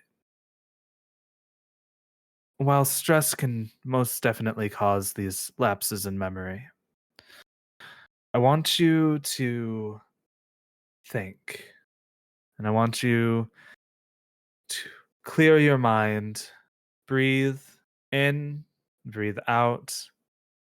And I want you to grab the fuzziest of these thoughts, the fuzziest of these memories, the one that's just right on the periphery of your mind. Mhm. What does it feel like? What do you smell? What do you taste? Using a therapy technique. Yeah. As you sit down and tell her this, and she's trying to go through as she closes her eyes, Sheldon, you hear like a shuffle behind the door. I turn to the door. Mm-hmm. Well, the door is closed behind you, Yeah, but you yeah. hear a noise. Still a door. Yeah, I'm going to back up and like stand in front of the door with my heels directly pressed against the base of the door and the floor. Yeah. Yeah. Or And maybe there's one and I'm like leaned back in. No one's getting in this room unless I'm moving. okay. If they want to shove a 295 male out of the way, good luck. And as this sort of impact from your back against the door makes it creak a little bit, you hear a tuk tuk tuk, a polite knock on the door, and you hear an Earth's voice. I just brought you some water. As you realize, she was probably eavesdropping. I'm trying to. Oh, well, thank you. And I'm going to go and grab the water from her. Mm-hmm. Yeah, you open the door. Does she She's have standing. water? Does she have water? Yeah, she has a Oh, okay, carafe. okay. She has like a carafe of water and a few glasses that she has on a tray, and she gives it to you. Like, oh, well, didn't mean to disturb you. Just making sure that you're all settled in. And When's the she's last time you brought food to this room? Or to well, Miss Mary here? just for dinner today. If you could bring up some crackers, maybe some cheese. It doesn't look like she's... The plate's a bit half finished. Yeah, that is actually true. She gives you the tray, and as she sort of listens to you, she tries to look over your shoulder, but you're so massive that she can't. So she just gives you the tray and sort of a little bit disappointingly walks down back into the kitchen. You hear her yell at Sebastian as you turn with the tray of water. Thank you, Ruth. You see that Mary stumbles backwards the moment she sees the transparent carafe of water. I hide it from her view. Mm-hmm. And your therapy moment kind of breaks, and she's water. I think I broke some water glasses. I remember water. He was there, and then there was just water. It's just water. Mm-hmm. And you see, she visibly gets more uncomfortable, and like her voice suddenly got rather stern after she says that. And she gets almost irritable at this moment. All right. Now, if you could just breathe for me, we're going to pull you back. Just focus on the flames of the fire and the warmth of it. You need to leave. Of course. Now. Of course. Please. And she gets up from the chair before you're able to finish your session with her. And she gets up and sort of points you to the doors. Please leave now. I don't feel like talking anymore. Of course. Thank you for your time. We will send the papers. Good luck and do be well. The two of you, so Henry, Sheldon, you head towards the door. You linger behind to comfort her for a little bit. Thomas. Her form, as you look at her, ripples like water over stones, shifting, shivering until one final crest, when her body collapses into liquid onto the floor and begins seeping down through the cracks in the floor. Well, shit.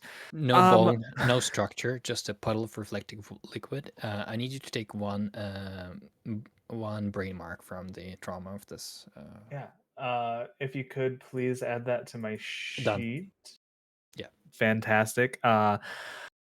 I do believe we should go, and maybe we should let those downstairs know that Jeff Bridges says that we shouldn't disturb her, and she should get a good night's rest. Ruth is bringing up a cheese platter. For who? We have to deal with this. This is true. All right, so here's what we'll do. The cheese platter will come. We will take it for her. We'll eat some cheese to make it look as though it has. Well, it will be eaten. And then we will say that Mary is demanded rest and that nobody see her at all. And and I would like to go over to. I brought some crackers. Oh, thank you so much, Ruth. And I'm gonna go and I'm gonna be the big man in the door, hiding everything. Thank you so much. The hospitality here with you and Sebastian is just fantastic. Great coffee too. All right, so I would like to look at the desk of papers for one. I would like to find something that is written in her hand. And I would like to kind of look over it and then do my best to forge a note. And so the note would say, while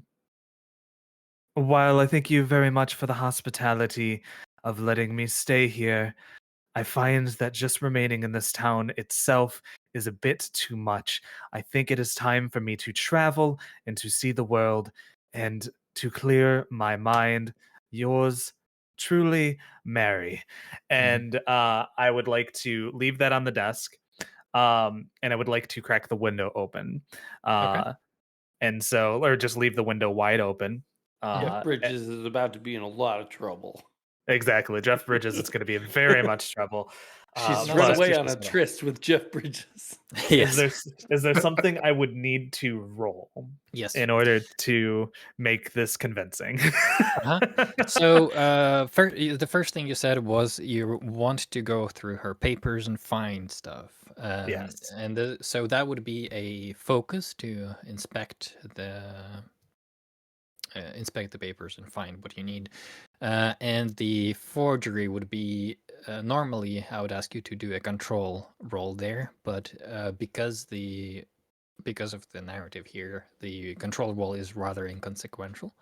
We would just call it one focus roll. Okay.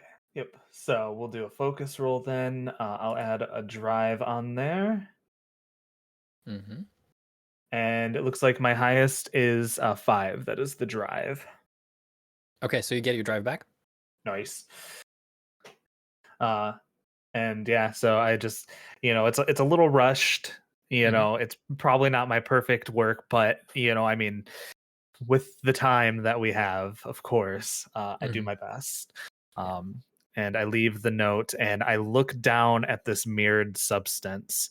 I do not want to touch the substance itself. Okay. but I would like to kind of examine as much as I can uh, from a distance. Sure. Because this seems contagious. So let me first resolve your Yes. focus roll. As you look through her papers, you do see a bunch of um, clippings and notes in her handwriting, and there's like a campus newspaper from yesterday about a person going missing. And that's Mhm. clipped out, and then a bunch of handwritten notes with like, "Did I see him by the church? Question mark. Did he come home? Question mark. He went to the library! Exclamation point. Did he come back? Question mark. And there's a bunch of these sort of thoughts scattered as she seemed to have tried to remember things before they slip out completely. With a 5, as you go to, so as you have written the note, you go to crack the window, it ripples the window glass for you. Just for a second, you sort of shake your head, blink once, it's gone.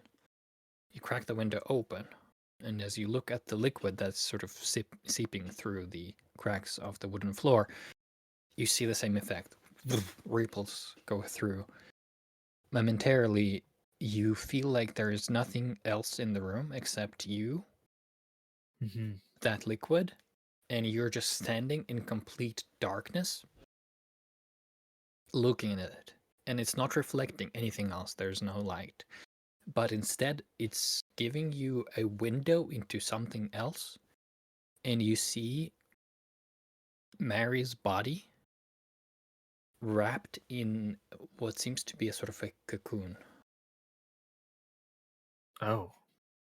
And you withdraw back, and you take bleed and brain from this interaction. I think we should go, my friends. I need to But Mary gather is not what to I be can. disturbed. yes, you do realize this liquid is contaminated with bleed. It's seeping with magic, and something. There's something that has taken hold of Mary. So in gear, Yeah. I have. Are these listed things I actually have, like on Yeah, you hand could. already? Okay, Yeah, so you can choose one up to 3 from the list. got it. So if like a bleed contaminant vial could potentially hold some of this puddle. Correct. Okay. Yeah, I'd like to do that for like some further study. Just kind of go over. All right. Mm-hmm.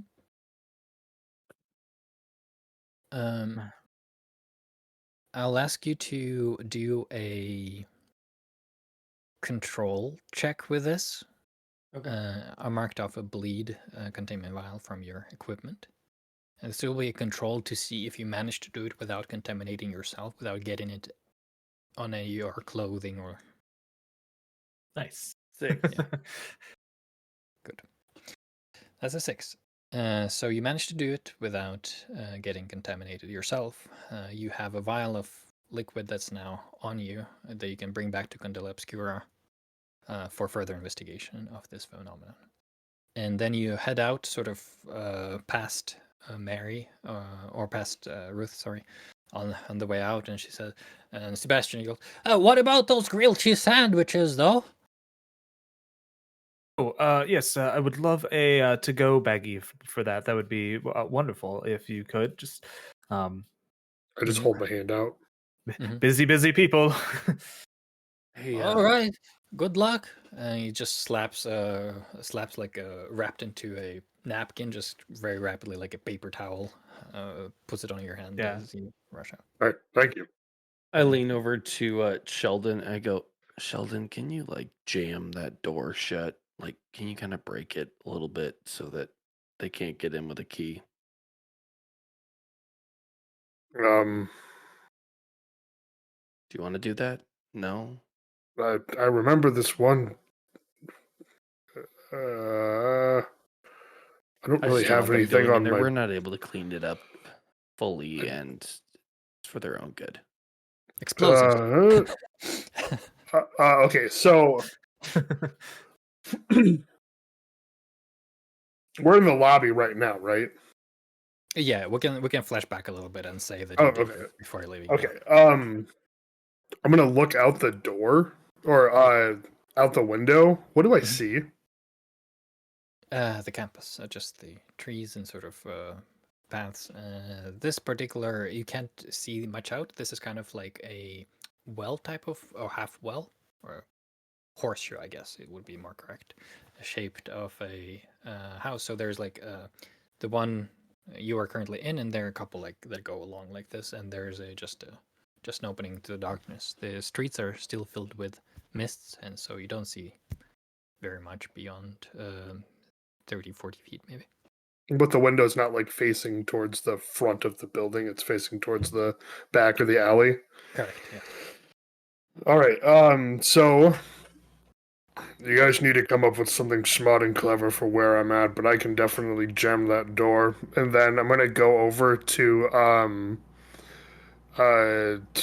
gonna go over to the bed and take out my pocket knife, and I'm going to cut some like wedges out of the wood to then like jam the door in Yeah. Damn it. by where the door handle like is. Mhm. Yep.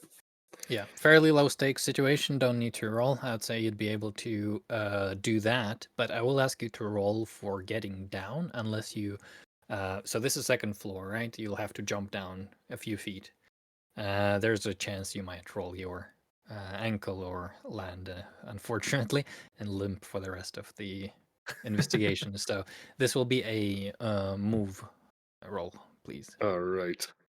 So you have two, Cool. and one of them is gilded. So that means I would roll two of them, correct? Two, Two. unless you want to spend a drive on this. I'm definitely gonna spend a drive. Okay, so you spend one drive, and No, three. that's 3 total. All right, so you get a failure on your gilded die if you want to get the drive back, but your best result is 5. With a mixed. Yeah, I'll take the 5. Okay, so you take 1 body mark from this as you roll your ankle. Oh, landing a little bit unfortunately, and sort of there is like painful. You're a big guy. You're jumping. There's quite a. So how much did you say he weighs? Like 200. 295. 295. He's Yes, he's a big slab of meat. Yeah. So 295 is a big strain jumping from the second floor, and even though you managed to soften the landing somewhat, due to your physical prowess, you do sort of feel the painful reverberation through like from your heels and up to your up your legs and into the spine, but you don't get any major damage, just a little hurt ankle. 295 is 133 kilos for Thank you. That's a lot of non-Americans. Yeah. That was a lot easier Because 15 it's an years American ago. size. Mhm. Yeah. Mhm. And then you reconvene and meet up with your circle members at the front, and they hand you a grilled cheese sandwich. Thank you. Do you like the grilled cheese in this trying time? Mm. So we should leave. Come now, Jeff Bridges. All right. And so you have collected the clues from this investigation. You have you can do one more location. So before the climax. So which one do you want to? I'd say the prioritize. library, right? Okay, The you want to go library. directly to the Well- library. Library is where the climax happens, just above the table Oh. talk. I think can go we to should go Gordon's. to the is that the professor? Professors, Professor Gordon? yeah. Yeah. I want to check out his office. Okay. Okay. Yeah, let's do it. Oh, I Yeah, would go also ahead. tell them of my experience. And Mhm. be like, so fellas, I think this is contagious. If you see somebody start to ripple, maybe look away and don't look at the puddle of them. But it does seem that our victims are in fact alive. They are just not here with us. I saw a cocoon. Mary's body was fully cocooned in this state, this place. However, I also then saw the window do a shimmery thing, and then if you see me start to shimmer, look away. Right. Also, come Will get me, do. please. All right. So, a quick trip across the campus. You find one of those information boards, find you are here, dot, and then find the location of where the house would be, given to you by the security officer, Horace. You approach his house a few moments later, maybe like a 15-minute walk. You do experience the same weird, disorienting sensation as you move through the campus, and there the pools of water sort of now for you it connects a little bit with that moment where you went into the darkness. Right. For the rest of you is just a weird sort of a bit of a headspin, a little bit of dizziness. I'll ask you all to just mark one brain on all of your sheets. I'll do it for you, actually. So that takes me to a scar. Okay. Yeah. All right. So just before you reach the house, you have to go around one of the larger puddles as you exit the mist into, and there's this sort of trickling faint lamplight for electricity, and the humming sort of begins to pulsate and ring in your head. You have this sensation of when you're falling asleep and you're falling in your sleep, like you're tumbling backwards. That's the sensation you currently have. And the two of you see Thomas just stop for a moment,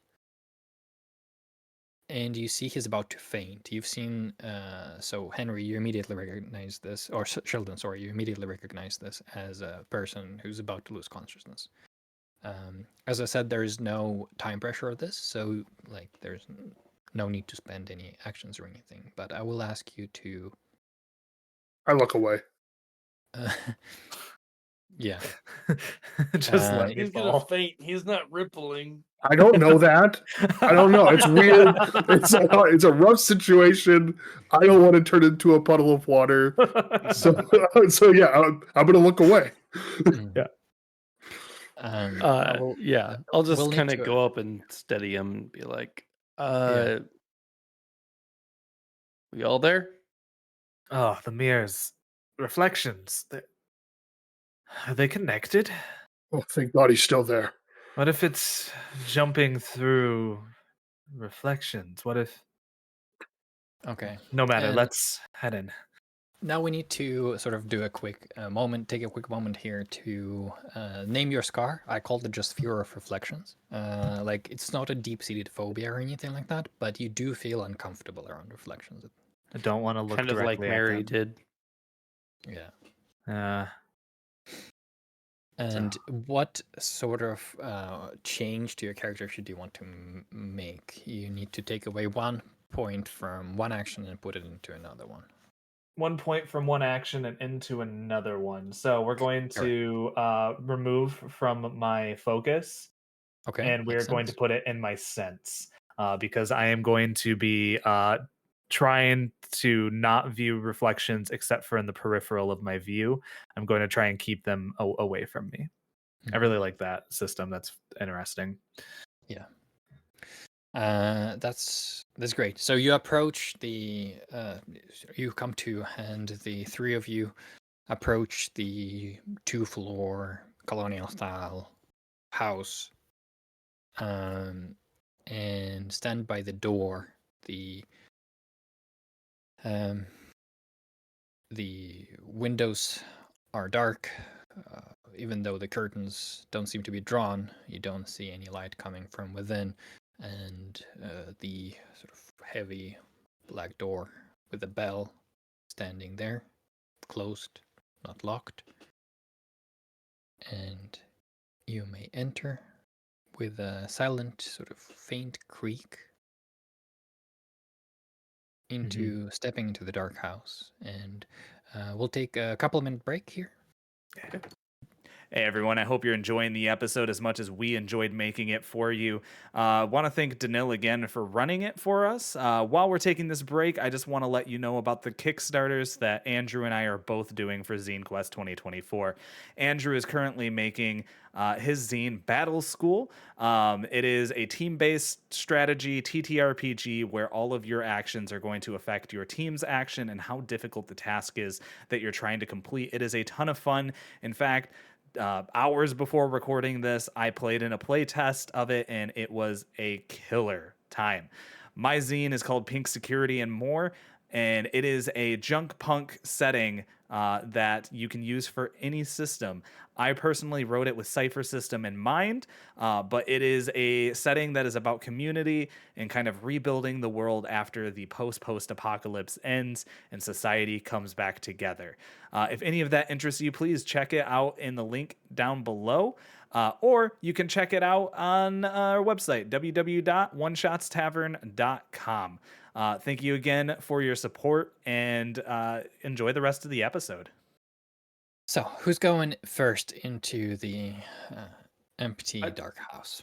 I'd like to this time be a bit, knowing now, having seen firsthand what this can be, I would just really like to start tapping more into my sense of bleed, and like, now that I literally have a sample of it with me, kind of like not using it as a witching rod or anything, but like if there's something in that way of like trying to feel out any threat ahead of me based on what I've encountered so far. All right, you can use your bleed detector that you have on your character sheet. Okay. So I'm going to select that for you, and you can describe the flavor of your bleed detector, because each investigator has their own sort of mechanism for it. So for some people it might be like a pocket watch, for some people it might be a pen or an amulet or something. Yeah, I flip over the top card on my tarot deck that was in my pocket and just kind of do that as a way of kind of sensing what's next. And like I'll do a little cardistry to like flip it back to the bottom and then check the next card. And so it's kind of a series of readings that I can just do one-handed while walking around. Okay. So you pull out your tarot cards and step inside with your two comrades stepping right behind you. Immediately the cards indicate this place is filled with bleed.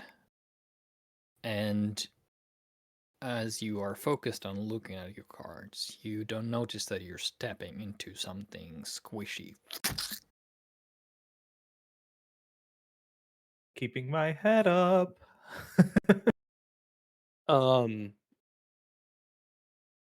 You stepped on 3 large slugs that are crawling across the floor, and now that the 3 of you are stepping inside with a faint bit of light coming from the street lamp inside, you see these just faint reflections on the floor, the ceiling, the counters, the tables, of slugs crawling all over the place, just completely infested.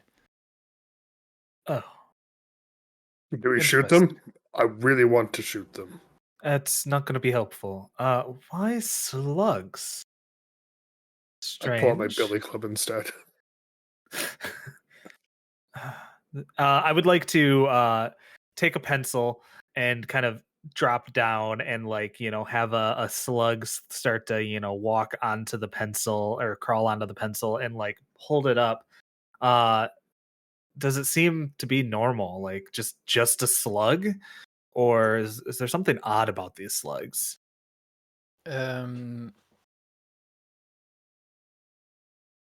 There is nothing abnormal about the slug alone as it crawls onto it. I will ask you to roll a sense here, please. Yeah, sense. Do you want to spend any drives on this? Yeah, This I'm gonna is spend a drive. We're getting into high stakes territory now. Okay. So with it being high stakes territory, I am cool under pressure. I can use a cunning instead. So I would like to use my cunning Mhm. instead Okay. of my intuition drive. Sounds So good. let's go Just ahead one? and roll that. 6 for my drive. Nice. Okay, so you get your cunning drive back, and Fantastic.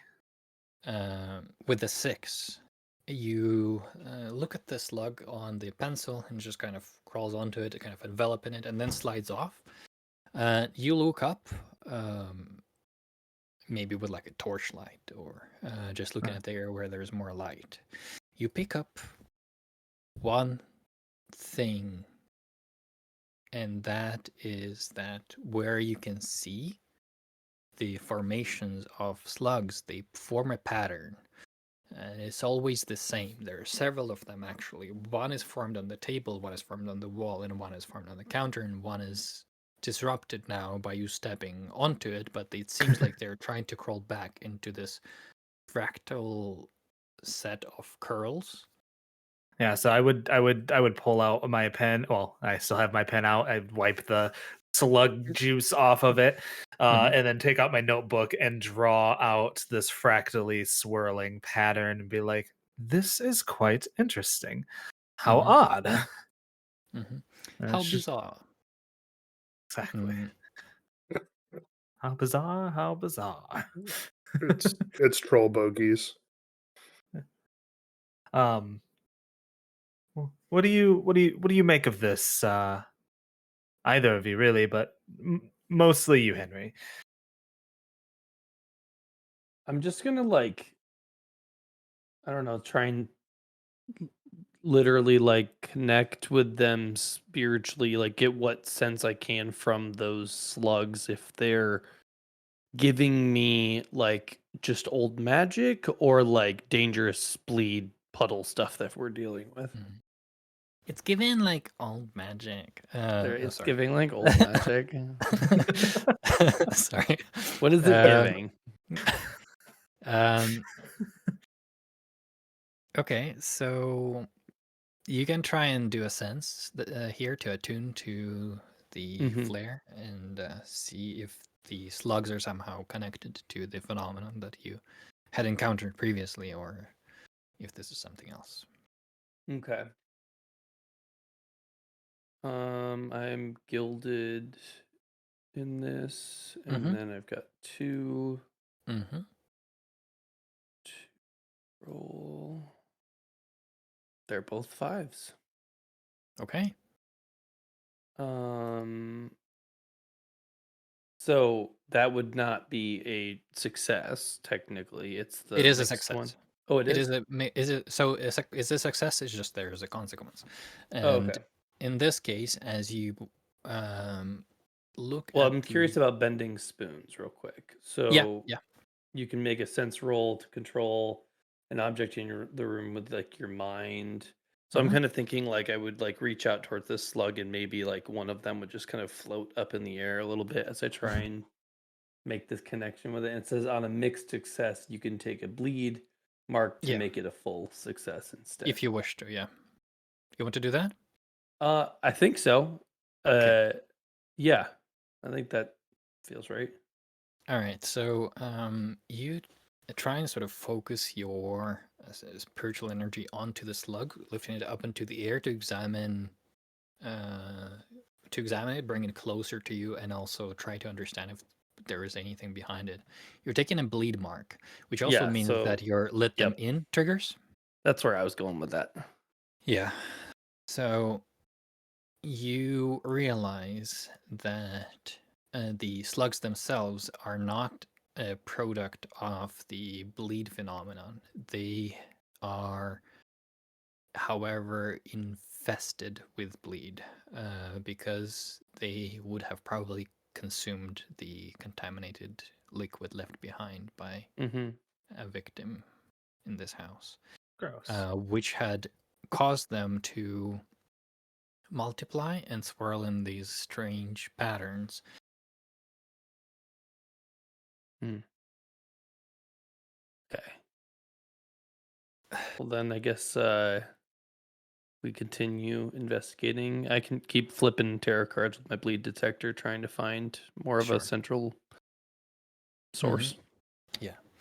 The bleed detector would lead you up the stairs. So the layout of the house is the first floor is where you currently are in the entry. Actually, it would not lead you upstairs. It would lead you to the office. Yeah, on the first floor. Second floor, if you were to examine it, you would only find a couple of bedrooms and another bathroom. And on the first floor, where you are, the slugs seem to be more concentrated around the office door. And that's where your bleed detector's pointing you towards as well. Okay. So as I approach the door, are there any slugs around the door? Is it like crazy amount of them, or are they mostly in the downstairs? There's a more of them here. Oh, okay. Yeah, the closer you get to the office, the more you see of these slug pools. Yep. Swirling in patterns. Yeah. Okay. We're about to be stepping into a lot of bleed, so be careful. Once you open the door, even you hear a little the sploosh of the slugs against the floor as you open the door. The ones you have disturbed seemingly are unbothered and are just forming back into this pattern. Once you enter here, you realize the slugs inside the room are glowing strangely with like this faint, vaguely greenish light. And the closer they are to the desk, the more they're glowing. Do any of you guys have any idea what the hell is going on here? Bleed. Well, I would like to make my way over to the desk, being careful to avoid any reflections in the room. Trying What's to. interesting is there is nothing reflective in the room, and the curtains in Interesting. this one are drawn. Interesting. Okay, yeah. Perfect. So I would relax a bit, and head over to the desk, and begin to look at the contents on and within. Okay. I'll ask you to that you can make a choice here, whether that would be a survey or a focus roll. Maybe a survey, I think, would work well for that. Yeah. So I automatically I got a guild. I'm gonna add a drive to this, and we're going to roll it. Well, I'm gonna take my gilded die, but they're all twos. Oh, okay. All right. Yahtzee! So you want to get your drive back, you can get your cunning back, and you start looking through the desk, in and around it, as the rest of you sort of also examining the room. You do see more of these patterns. Momentarily, you do look up just to make sure that there's nothing reflective and to keep an eye on your friends as well. You reach into the drawer and as you feel something move up your sleeve, yeah, they're several glowing slugs that seemingly appeared out of nowhere that begin rapidly crawl up your arm and to the rest of your body. I'm Yes. going to ask you to take a bleed mark here. All right. I hate it. I hate it. I hate it. Get him off of me. And on a failure, you'll also take a body mark from the burns as you sort of shake off the slugs. They fall onto the ground, and you experience a vision once again. As you look at the patterns burned out on your forearm, they look similar to the ones that you saw you saw them forming, right? And the burn marks, as you focus on them, start making sense. It starts swirling for you only. Once again, you find yourself in a completely dark room. You looking around, you realize now this is not just complete darkness, this is a basement.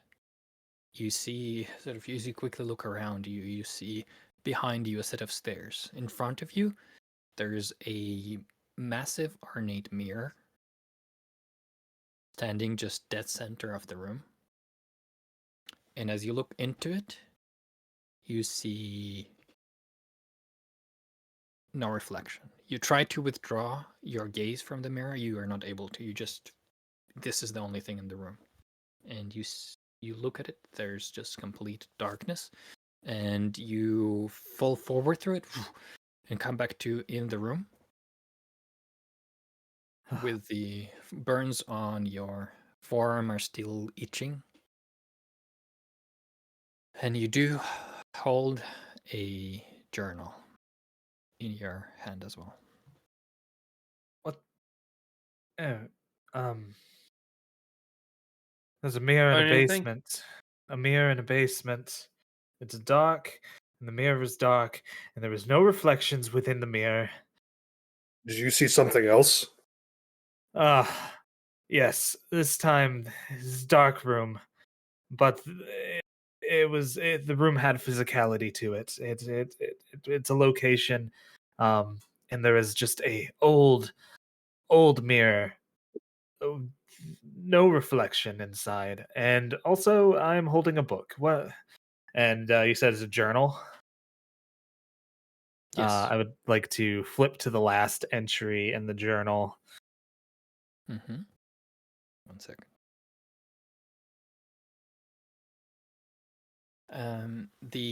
So the last entries of the journal just says, "They don't stop. They don't stop. They never stop. Their numbers grow. Their bodies swell. Their mind whirls."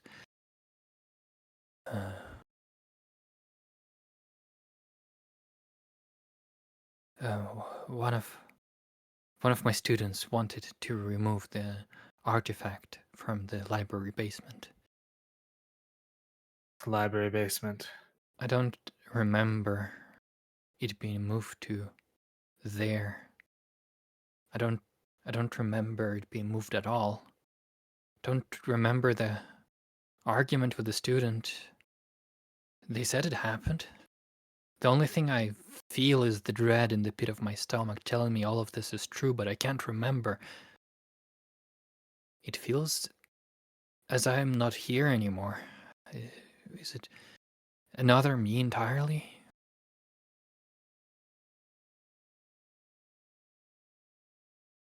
Oh no.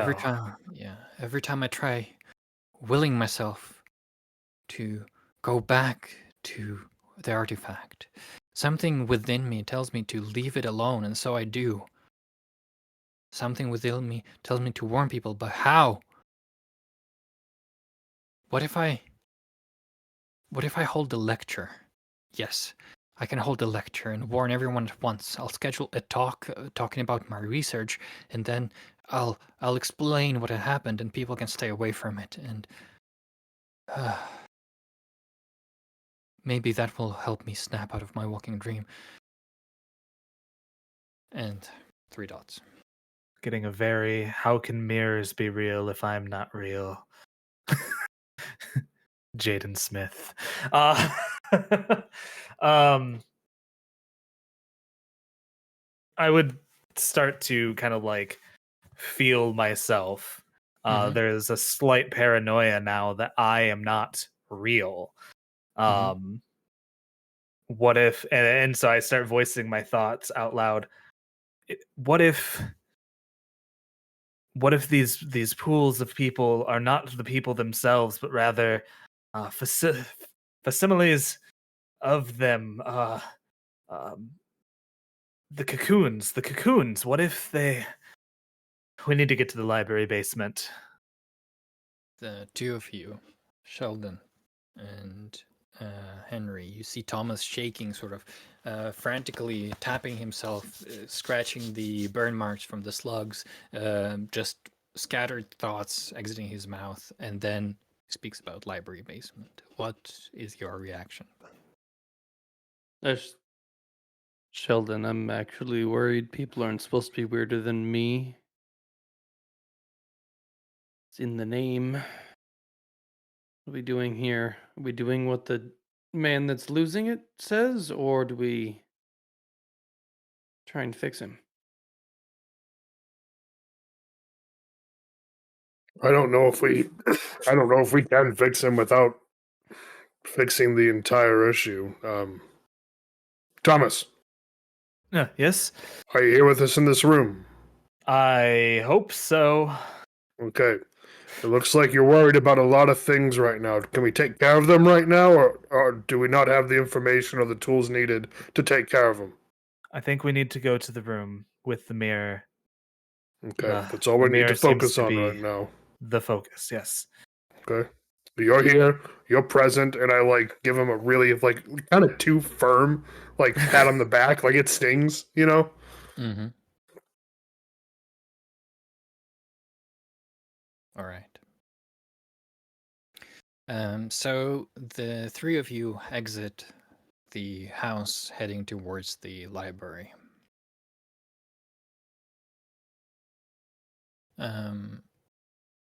Is there any final sort of look-see around you want to make at the house, or do you just want to head towards the library because that's where it seems the threads of the investigation lead you?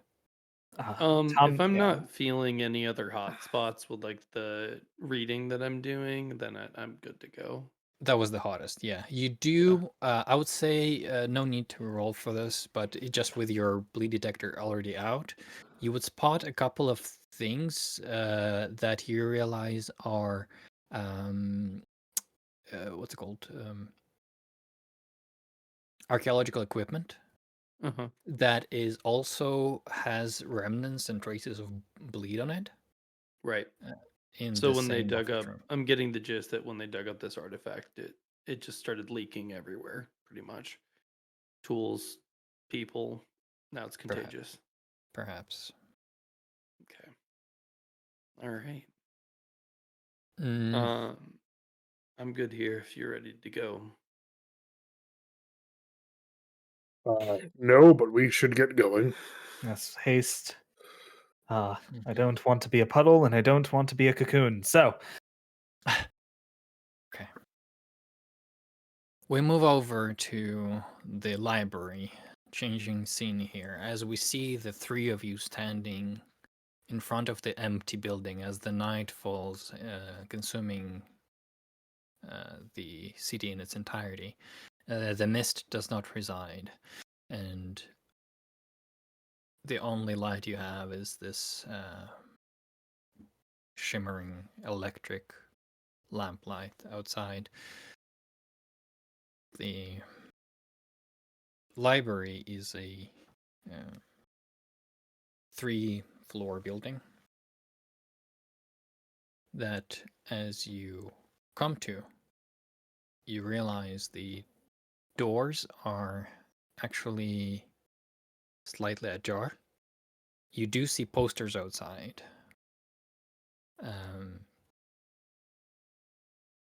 indicating that the speech was scheduled by the professor. And it says, on strange reflections.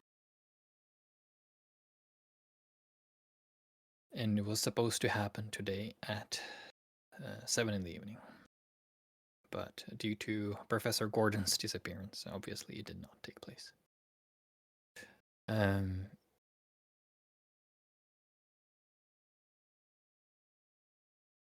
So, ready to enter?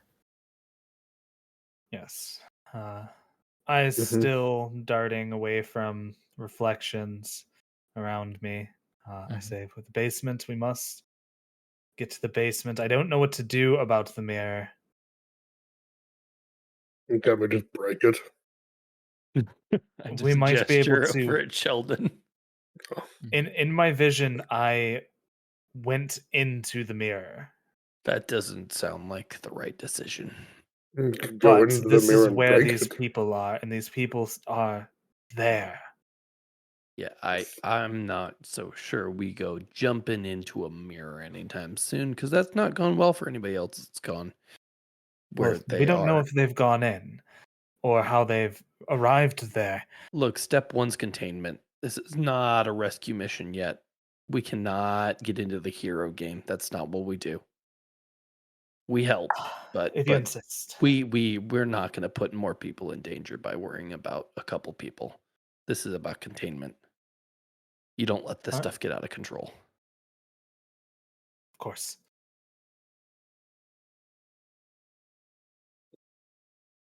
It'll be fine, Thomas. We'll do what we can for these people when we figure out the situation. But Henry, in a very brief, accurate point of clarity, is correct in this instance.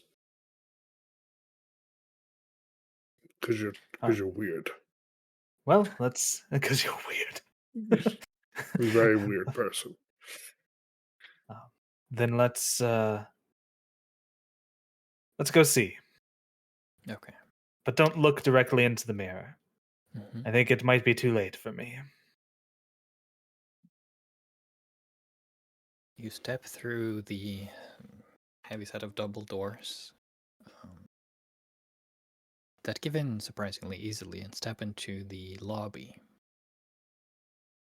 And as you close the door behind you, it disappears, turning That's not into supposed to a happen. wall. There's just a solid wall behind you.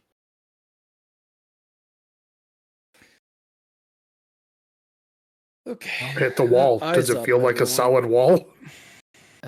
You can touch it, yeah. Okay. Hmm. What do I feel? You mean how? Like, do you sense any bleed, or do you Yeah, just like more on the bleed. Yeah, I guess. What am I sensing in that way? you sense bleed covering everything everywhere. It's dark in It's here. white noise. Yes, essentially. Okay. It's a little bit hard to focus. It's a little bit overwhelming. Uh-huh.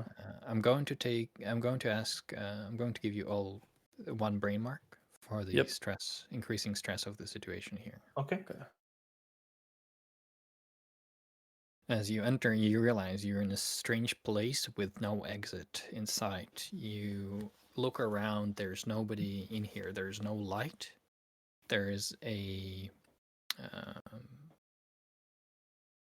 it looks like there's a reception desk that doesn't have a receptionist standing behind it.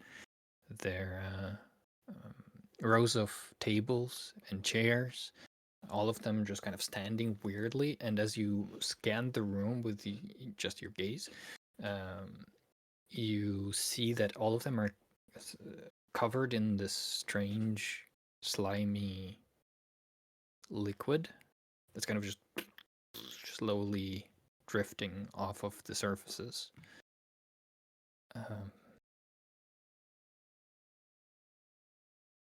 In the reception area, you do see you would be able to realize you will be able to find some information perhaps on the various locations within the library and a map if you need it.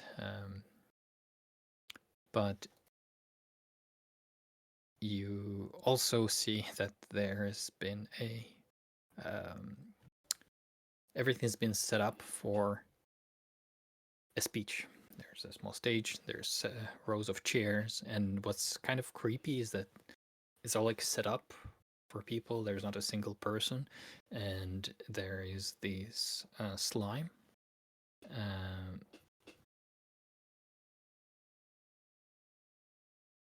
That's just reflecting the faint bit of light that seeps through the windows. Absolutely. And the slugs are just kind of crawling. You see these slain slugs that you saw at the professor's house. I would like to put one slug into my containment vial since they seem to be not just at the professor's house. Right. So just get in there, little guy. Mhm. Troop, troop. I guess I'll approach the stage and see if I like notice anything or where are there any exits to this room, period? Like, Okay. I'll ask you to make a survey roll for me, please. Okay. And you have your skill called basic training. This is a high pressure situation, so you can make a survey roll in dangerous place, adding a number of dice equal to your current nerve resistance. And your nerve resistance is 2, so you get 2 extra die just from that. 2 extra dice from that. For a total of 3. And that is a 6. Nice. All right. So you look around. What you see is that there are these sort of maps layered out on the reception desk.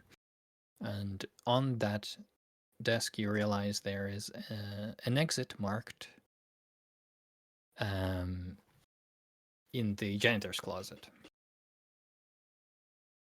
Are the maps like slimy at all, or do they seem to be not covered in Oh yeah, they're slug like goo? there's slime dripping off of it as you pick one up. So there's a stack of them, and so you pull one that's drier. Okay. I got the bottom one. Mhm. I this says exit, but I don't know if we actually want to exit yet. Mhm. Do I see like any path going down to the basement at all, or like do I just see other doors marked? Yeah, are you would not see named. where it indicates the entrance on the map as well. Okay. I also know how to get to the basement. Yes. If I kind of give Thomas like just uh, a lingering look, just making sure that Thomas is okay. Mhm. Are you guys ready to get in some deeper trouble? And now I pull out my handgun again. Just be watching me. Okay. But yes. All right. How do you want to proceed moving forwards towards the basement? Do you want to try and be quiet? Do you want to go as fast as possible? I think quickly is Mm-hmm. best. Okay. So here's what we're gonna do. Quickly will be here a move roll, and this is because moving through the strange, disorienting space of the library with slime covering the entirety of the surfaces is a somewhat difficult path. Okay. So I'll ask. Let's do just this. Let's do one person who leads the group across the almost labyrinthian sense of the library. Looking at the map, looking around, is sort of sometimes it doesn't match up, and it takes a while for the reality to warp back to how it expect to be. So let's say that maybe. Why don't you take the lead on this, Sheldon? I think you're the best at moving in the first place, so you have the map. All right, it looks like we're going to be going through this door here, 2 lefts and a right. And I'm going to use one of my drives to help. oh, To help. Okay. Let me throw another one on there. Yep. It's already a 6. Okay. Mm-hmm.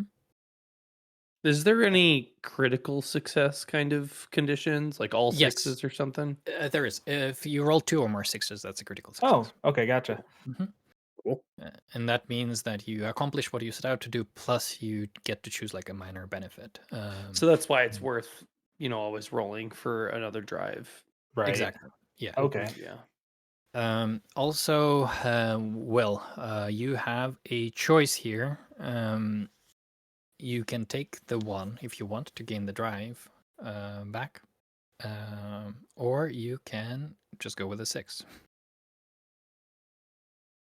Do you want to willingly take the failure? We're gonna go with the 6. Okay. It was a bit more chaotic, and like, just you give me the 1. Let's fail this. Let's see what happens. Yeah. You get Fair it enough. to drive back, but you're about to use it again. That's right. All right. So, as you push forward, leading the way, sort of sticking to the map, momentarily you have to stop every now and then to just regain your senses in the darkness. And the closer you get to the basement, the more you realize that and this is especially uncomfortable for you, Thomas, because as you get closer to the basement, you see it seems like perhaps the slug slime has firmed up, turning into a glistening reflective surface, similar to like an obsidian glass. Yeah. Thankfully, you have Sheldon firmly leading you forward, now taking this sort of military or law enforcement training taken over. You are perfect at working in stressful situations, leading men when they're struggling. So you managed to lead them forward towards the door in the basement, towards the basement, which is also, unfortunately, for you, covered in this reflective surface that when you approach it, what you see, Sheldon, is a reflection of yourself, but it doesn't mirror your movement. It just stares at you. I don't and like smile. It has a smile creeping up to the side. Don't you smirk at me. We're coming. As you say, we're coming. The reflection steps out of the wall, The surface, and it's like a figure that's made of molten wax. It has your face with this angry smirk that grows wider than humanly possible, just revealing just a black maw, and it starts like moving towards you as it grows and takes in the slime around it. Like with every step, it gets bigger, and there's this slime like appendages growing on it as it charges towards you. What do you want to do? You have the initiative here, as you rolled pretty well, and you were somewhat prepared for this. Blasting. Oh gosh. Like, I don't want to be that guy, but also I'm just gonna shoot the kneecaps. Like, Okay. Yeah. Okay. I think, So, yeah. go ahead and take your heavy weapon. Then we'll do that. Mhm. And what is your weapon of choice? It's The bazooka. it's a billy club, but it's like 3 times too big. Like, or maybe 2 times too big. We got to be discreet. So it's just a very large billy club that also has like cartoon Billy Club. yeah, but like Henry has taken it from me like quite a few times, and so like there's like runic carvings on it and whatnot as well. I don't know what they do, but it seems to hurt things. And you may have looked like me, but you're extraordinary. And then yeah, I'm gonna. Okay, you go and charge back at the strange version of yourself. That will be a strike. This is definitely a high stakes roll. It's a strike, which means you have 2 dice just to start with, and then you can improve your odds by adding drive if you wish. Don't know if I want How do to. the resistances work again? If you fail, you can reroll. Got it. Right. So That is first right. you would roll, then you'd get to try. Correct. Can I? Is there a limit to how many drives I can throw into something? No. Okay, we're Just gonna. as many drives as you can, I guess, is the limit. Okay, So you Well- can't spend more than you have. I'm gonna put on 2, so I'm gonna be rolling 4. Double sixes. Ah, wait. Does anybody want to add anything before I actually roll this? Good question. Yes. I'm gonna You- save mine. Sorry. Yeah, I don't have- I I'm have barely one left. hanging on over here. Okay. All right. I just want to know. Do a pause because we've been going pretty Okay. quick. Double sixes. Oh no. That is a 4. Okay. So as you go to strike at the creature and it charges towards you, the two of you sort of stay behind. So what are you actually? How are you actually reacting to this? I'm going to ask Henry first. Thomas is probably a little bit messed up by just this happening, because like everything you thought you were being paranoid about is coming true. Yeah. So how's Henry reacting to this? Just like kind of as a I think I'm impacted impacted by it pretty psychologically in this moment as well, where it's like the experience with such an overwhelming bleed just kind of leaking into reality in that moment kind of just like hits him really hard, kind of shell shocked. But as I'm kind of regaining focus from that moment and seeing Sheldon kind of getting in there just to do some work, I just I think I'm going to use my last gear Okay. and um I don't know if it works like this, but I'd like to use it on occult text. And now that I've like seen so much throughout the investigation and I've got this little sample, like maybe I've got something that I remember reading in this book that I had when we were last back at the office in between stops or whatever. Absolutely. Yeah, we'll get to that in a second, but let's now resolve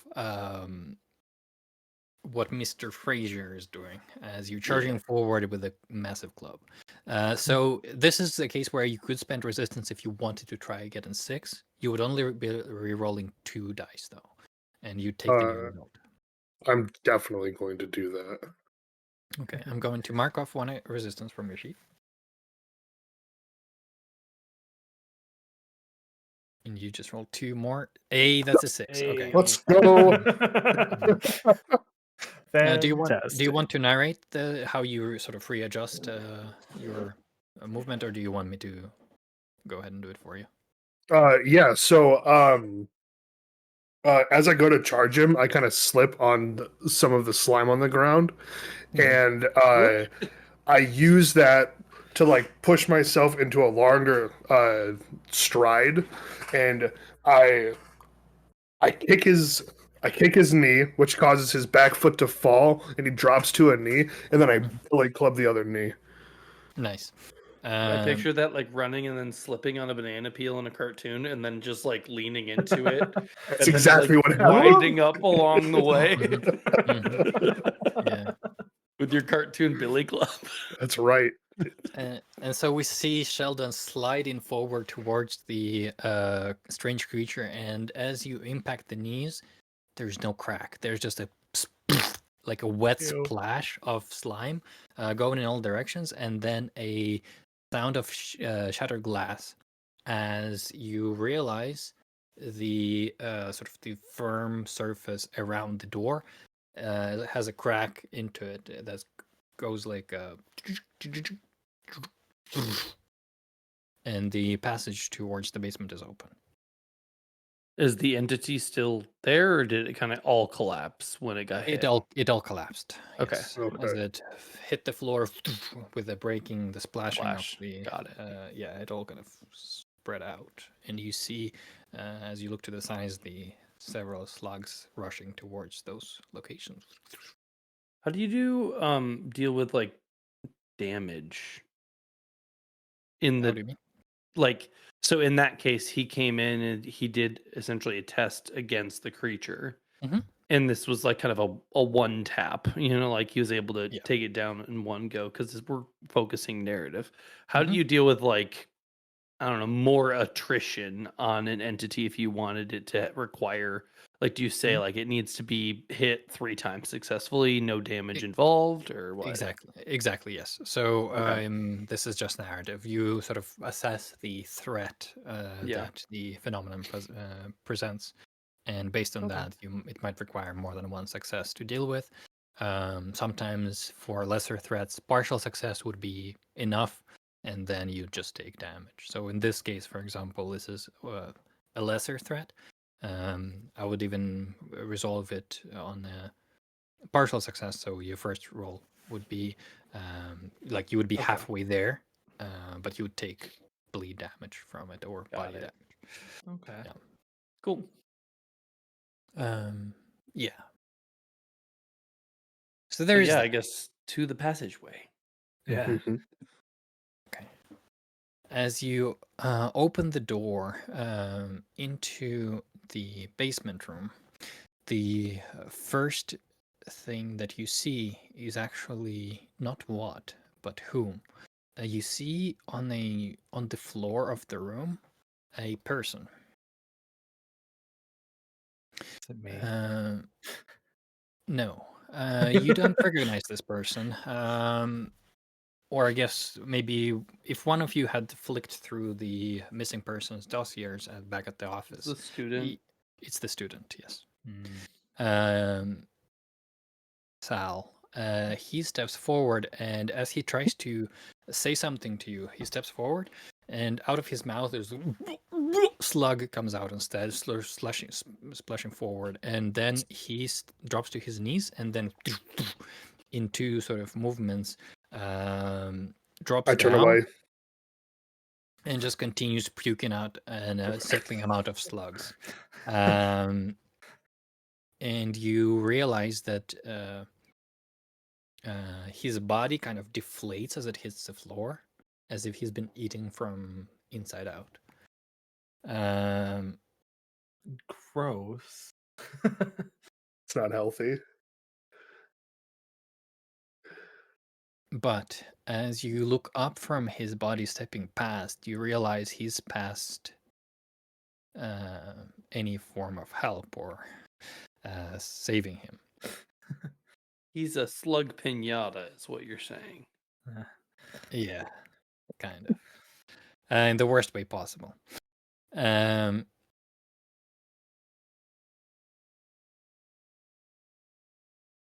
You step into a dark basement room. And it's just littered with a bunch of artifacts along the walls. But deeper down the hallway, along on a pedestal of sorts, there is a large mirror that stands there. The one you saw in your vision, Yeah. Thomas. And you can't help but look at it. Yeah.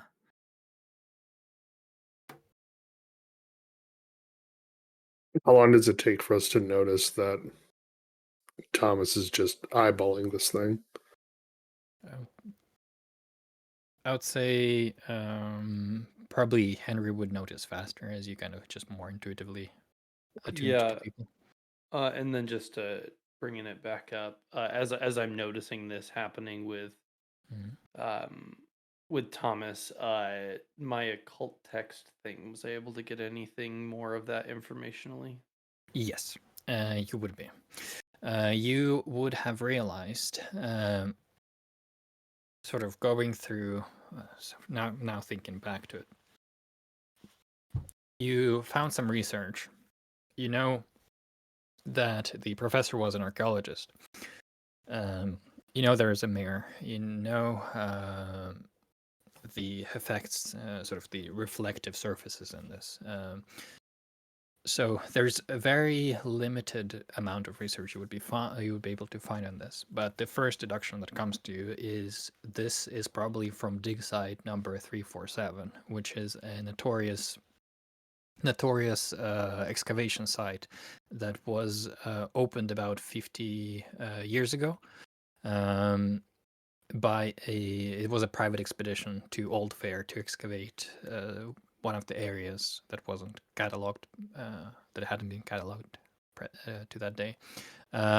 But there were like several dozen people that went on that expedition, and none of them came back. The site was mostly warded off, but people do still make incursions into that area. You figure the professor probably went there and dug something up that should have remained buried, and it must have been this mirror. You realize also that the mirror is not a mirror; it is a portal of sorts. It is obvious to you now that the three of you are looking onto its surface, which is just to understand the scale. It would be if you were standing next to it, it would be towering even over Sheldon. It's about 7 feet tall. The sheet of glass is reflective, and it's just kind of there's nothing to indicate that there's anything holding it up. It's just hovering in the center of the room. And the surface of the mirror is that of that melted glass that's taken over parts of the rest of the library. And it reminds you immediately of that liquid that the people dissipated into.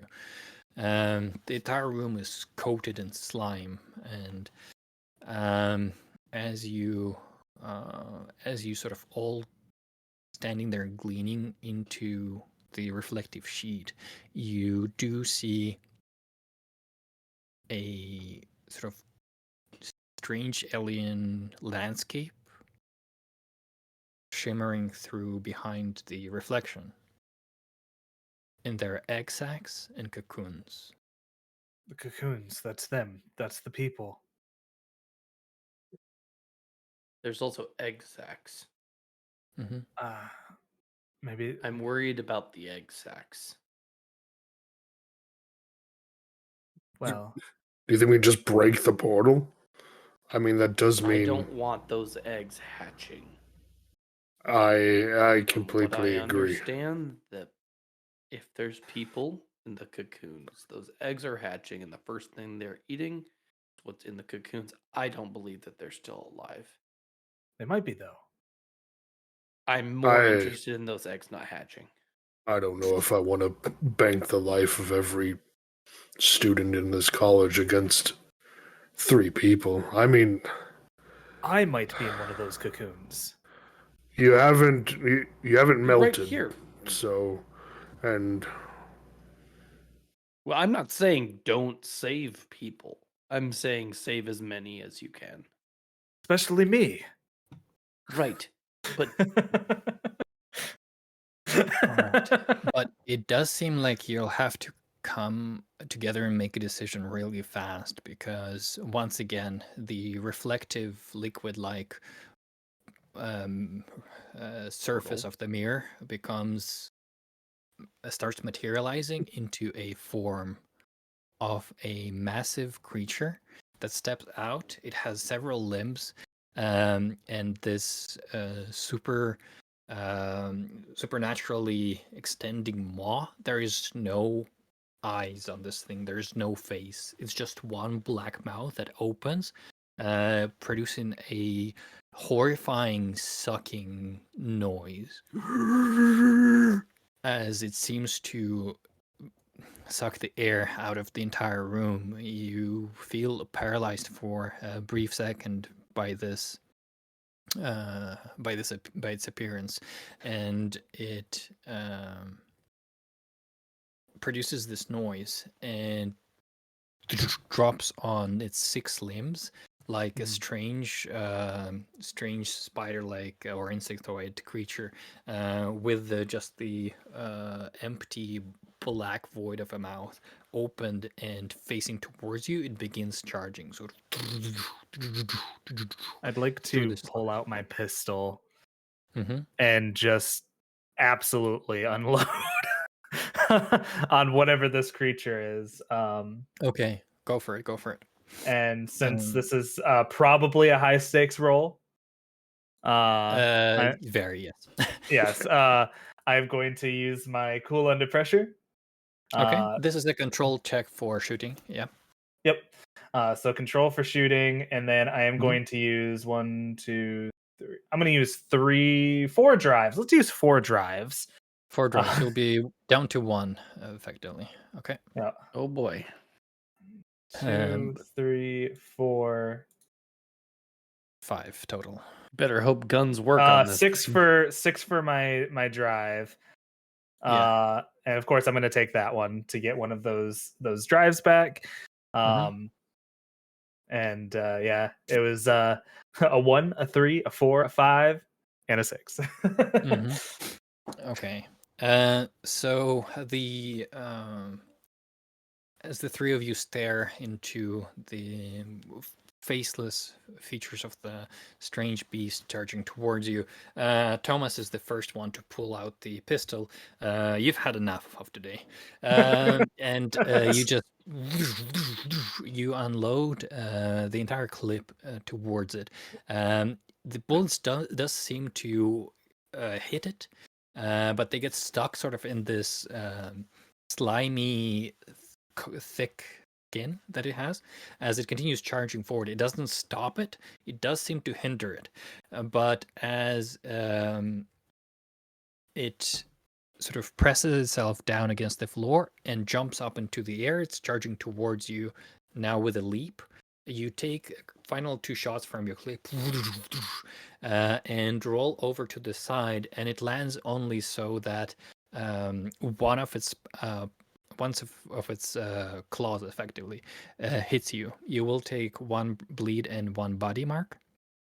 All right, that bleed knocks me out. Okay, so you gain a scar, and the two of you see Thomas go limp on the floor, and they're sort of, you see the slugs begin to crawl towards where his body is lying.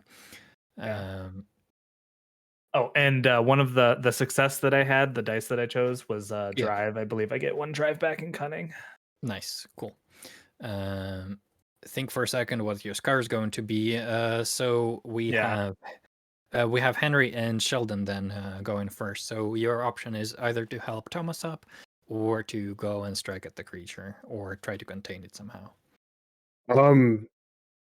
Do I see an oil lamp anywhere in here? Like anything like that? No, it's completely dark, unfortunately. Hmm. Are you like thinking fire? Yeah, because I have a lighter on me, right? So Yeah, I you would have see your lighter. you see an electric yeah, box. okay. You see an electric box, like the control box, where a bunch of wires would be available to you if you want to charge your weapon or something like that. If that's what you're thinking. Hmm. Do you have gear available? Yeah. So like I have a handgun, I have a heavy weapon. I was going to see if we could get an oil lamp out, because I was just going to grab that, huck it, and then throw the lighter after it. Let's call this explosive on your gear list, Okay. and you'll have it available. Yeah.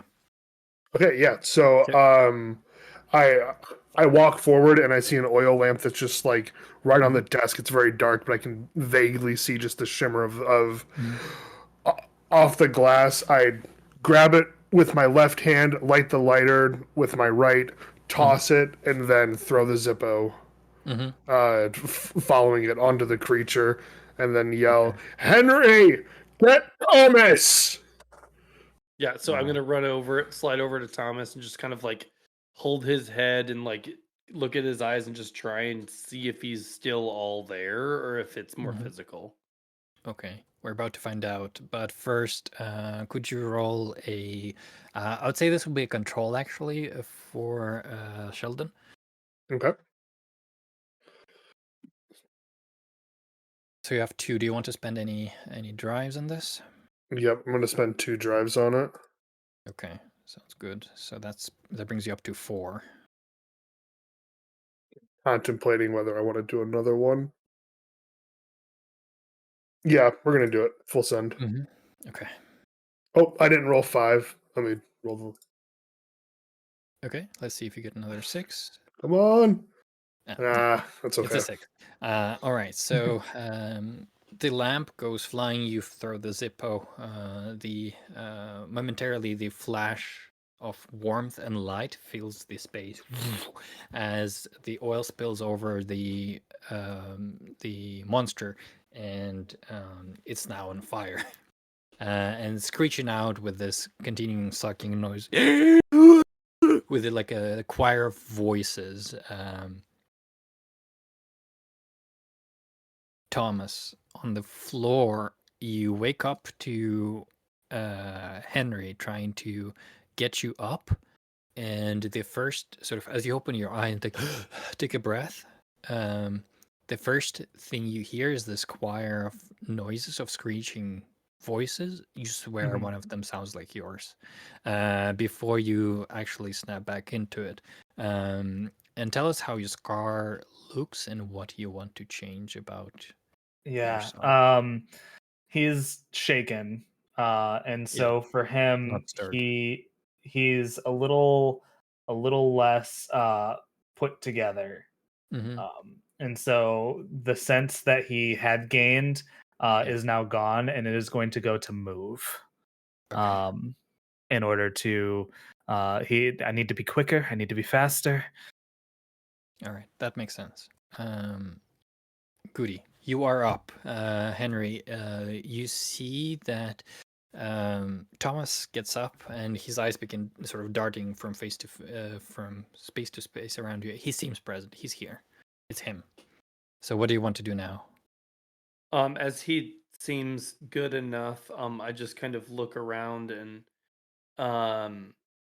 trying to get any sort of tactical assessment. Like right now we just have the creature that kind of Correct. came out of the mirror. Is there still a mirror? Yes, it is still there. And the creature seems primarily engaged where right now? It's like a little off to so when it charged towards Thomas, he rolled off to the side, right? So you're a little bit off to the side, and right now you see it's where essentially you were a few moments ago, and it's now on fire and screeching outside of in the center of the room. All right. I'm gonna pick Thomas the rest of the way up, and was like, all right, we'll I heard try my and get you voice. back, but I think we may need to do something about this mirror right now. We're either smashing it or you're going through. What are you doing? Jumping through. All right, so I'm just gonna get him up, and I'm gonna move him over towards it, and I'm just gonna maybe from my side try and like keep a psychic connection with him, or like make sure to maintain. I don't want to drop my friend down a well without a line out, and so like I want to do whatever I can, whether that's like metaphysically or physically, to make sure that he's not gone. Cool.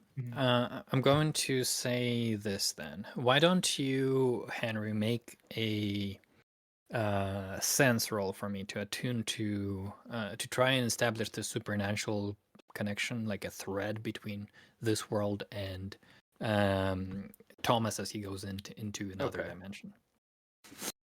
High stakes. Gonna be rolling. You said sense, so this is Yes. I have 2. Yeah. And use 2 drives. Mm-hmm.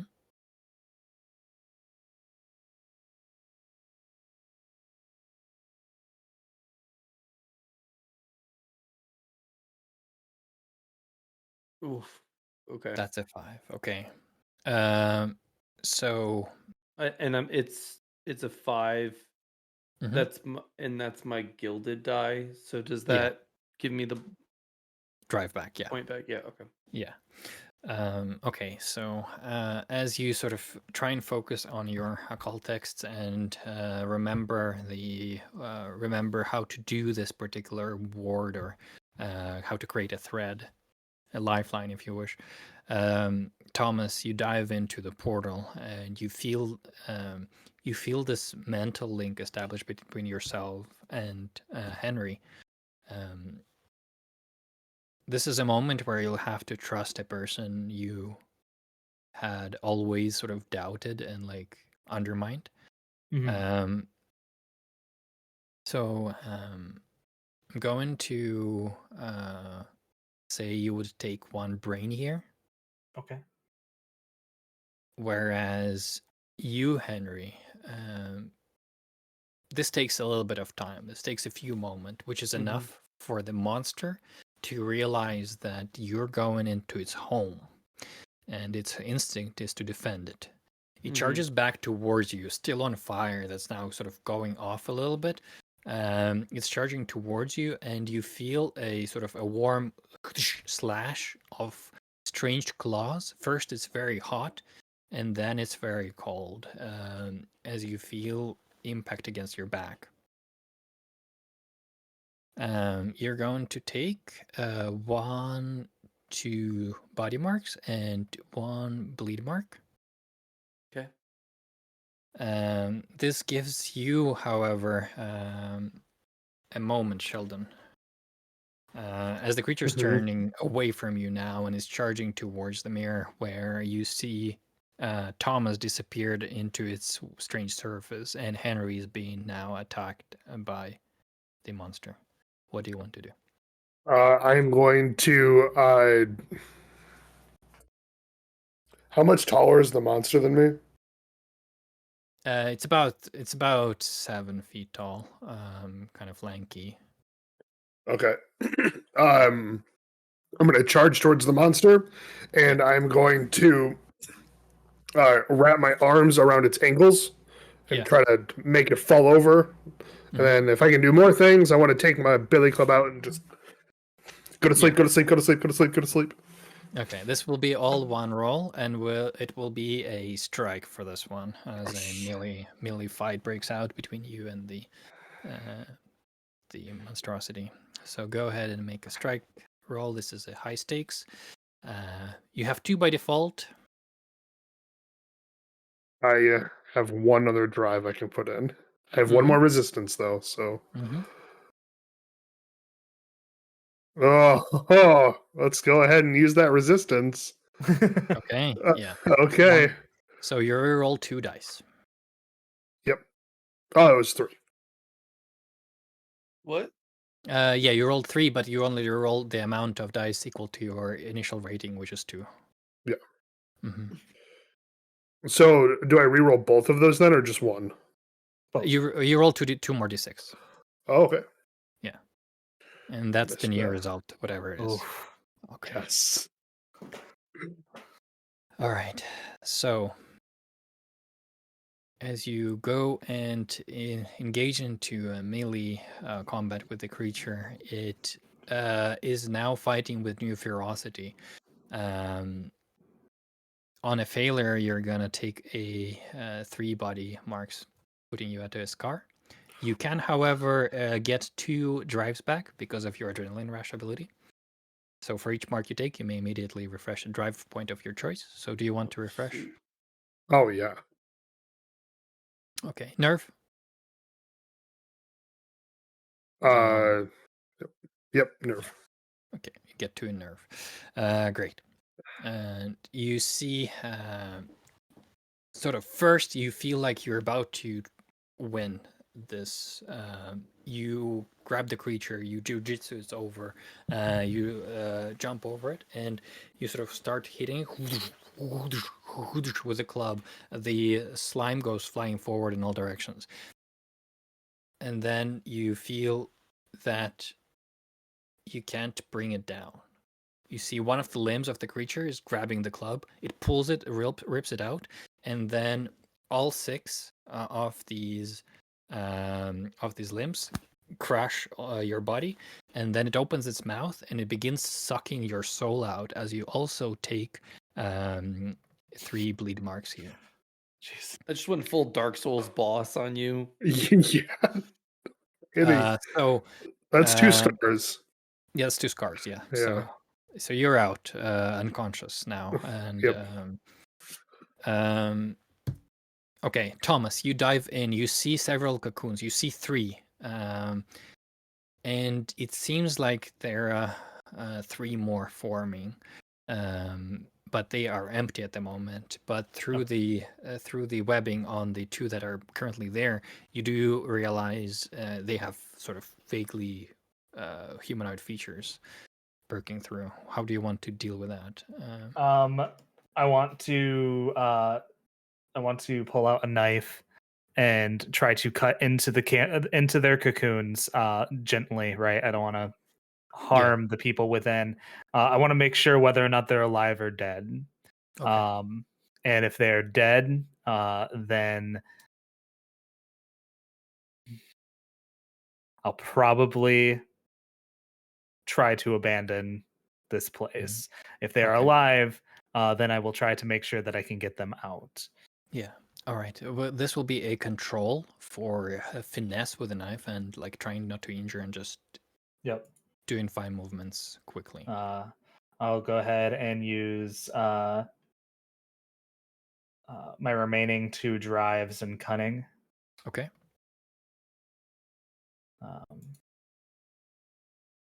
5 for the highest, which is a drive. Mm-hmm.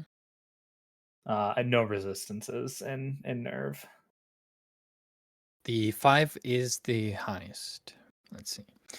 So as you are cutting through the cocoon, you realize the body inside it begins to move. As first, you see the professor's face. He's actually a rather tall chap, and so takes the full breath. But you see that he's completely drained of life. It seems like there's no any sort of indication of color, and he's just kind of completely out of it. So you'll have to drag all of them out. But one by one, you're able to do it. However, as you are going through the cocoons, your hands. You only spot this while you're cutting the last one. They're covered in this strange webbing that begins to wrap around, and you swear they begin to move like tentacles. So I'm gonna have you take a couple of bleed points here. All right. Um, If I get but you- injured in any sort of way, Mhm. it's over, you guys. I've got 2 in everything. All right. So Henry, you see Sheldon struggling against the enemy, and his soul is currently being dragged out. It's at this moment you hear a thump behind you as Thomas stumbles out with 3 bodies. Kind of, he's holding them. They're kind of moving forward, but they seem like they almost have their facial features erased of their faces. Like somebody's gone over with an eraser, and there's only barely any indication of their presence there. Your friend, however, is you're about to lose him. What do you want to do? I mean, I'm about to lose Thomas, and it's not like Sheldon's in a very good situation either. Sheldon's worse, arguably, yeah. Okay. That's Mhm. true, because he got He's hit getting his hard. face sucked off, yeah. Yeah. Yeah. So under sense it says channel. Is Yeah. there is that like manipulating of like the magics that are currently at play? Is that casting a spell? Like what is that? All of that. So, for example, if you want to attune to, or if you want to sense to try and close the portal, you may do so. Okay.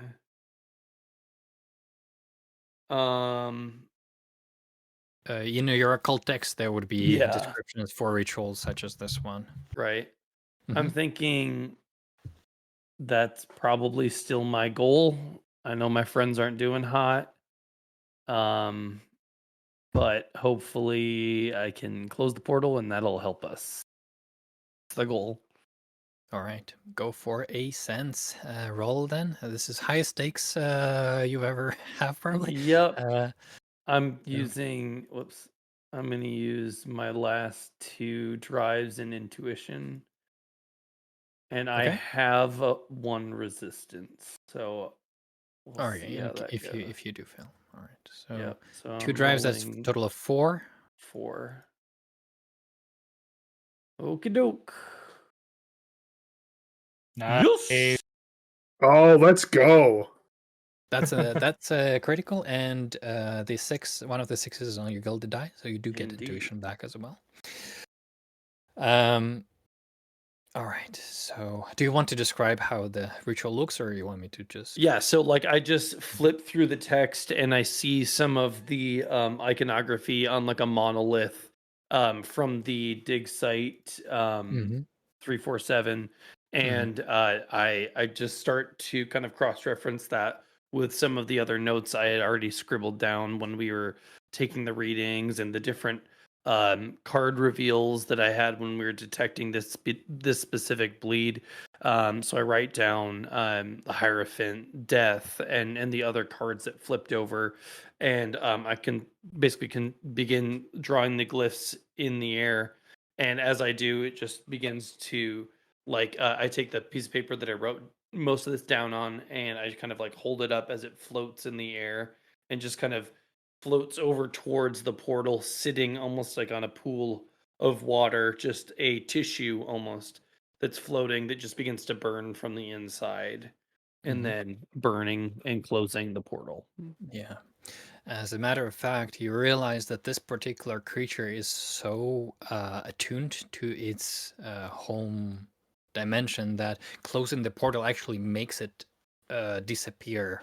And as the portal begins to swirl, the creature gets its mouth off of Sheldon's face, turns back, seeing this, and you see that the slimy outer parts of it begin to get sucked into the portal itself. It actually turns around, screeches one last time, and jumps into it, with it closing behind you immediately. And the mirror turns into a mirror and then shatters in an explosion. However, none of the glass shards go flying. They freeze in the air. And then, just one by one, from being frozen in the air, they fall down onto the floor with a just shattering glass hitting the floor. Sheldon, Yes. let's talk about your scars here. You got 2. So so you have a physical mark and one from magic. How do they look and how do they reflect on your character going forward? So I think that as he was sucking my soul and face out, he popped an eye. Okay, so you're So one. just Oh wow. and then as far as the bleed, I guess I don't really know what would be a good application to that. Maybe now because he was so close to that ectoplasm, whatever you want to call it, that he like gets glimpses into the shadow realm with his remaining eye that will sometimes like just show the shadow or the reflected version of a space, and then it like flashes back, which causes him a lot of anxiety, All right. and so he's definitely a bit more trepid about everything now. Yeah. All right. So I'll name your scars then missing eye and then otherworldly eye. So Okay. it's like part of the same injury, but 2 Mhm. different sides to it. So to an average observer, you just seem like a person who's missing an eye, but it actually gives you some ability. And what sort of action changes do you want to make here? You can make 2. So I think it would make sense to have for missing eye. Uh, Minus Maybe a survey. -1 to movement, or no? Oh Yeah, yeah, survey makes the most sense there actually. yeah. Survey, and you want to put it into sense? Yeah. Okay, that's one of them. And then the second one would be from 2. From the anxiety or whatever. Yeah, Mhm. yeah, from the bleed. So what would the minus focus? Minus focus. Okay. And Yeah. into. Sense. Okay, both into sense. Interesting. Yeah, well, it makes sense though, as you are more supernatural attuned now than Mhm. focused on the world. And the three of you make your way out of the basement. As you go past the electric box, you turn on the lights on the entire building, and as the lights come on with the dun, dun, dun, you realize all the slime is gone, all the reflective surfaces are gone. You're just in a normal library. That's a little bit in a rough state. And as you exit from the basement, you do see at the opposite side of the hall the door out of the library. But congratulations on concluding your assignment, which you did so successfully. So yeah, I hope that you guys enjoyed that episode and enjoyed the actual gameplay content as much as we enjoyed making it. It's one of the reasons why we're doing what we're doing, is to learn these new games and to absolutely have a blast while doing it and sharing it with you. We want to try out as many systems as we possibly can. So if you have a suggestion, go ahead and comment it anywhere you can find our socials. We will add it to the list 100%. Like always, make sure you follow the podcast, subscribe, like, comment, and of course, share it with your friends, because word of mouth is the best way to share a podcast. Thank you guys again. Take care.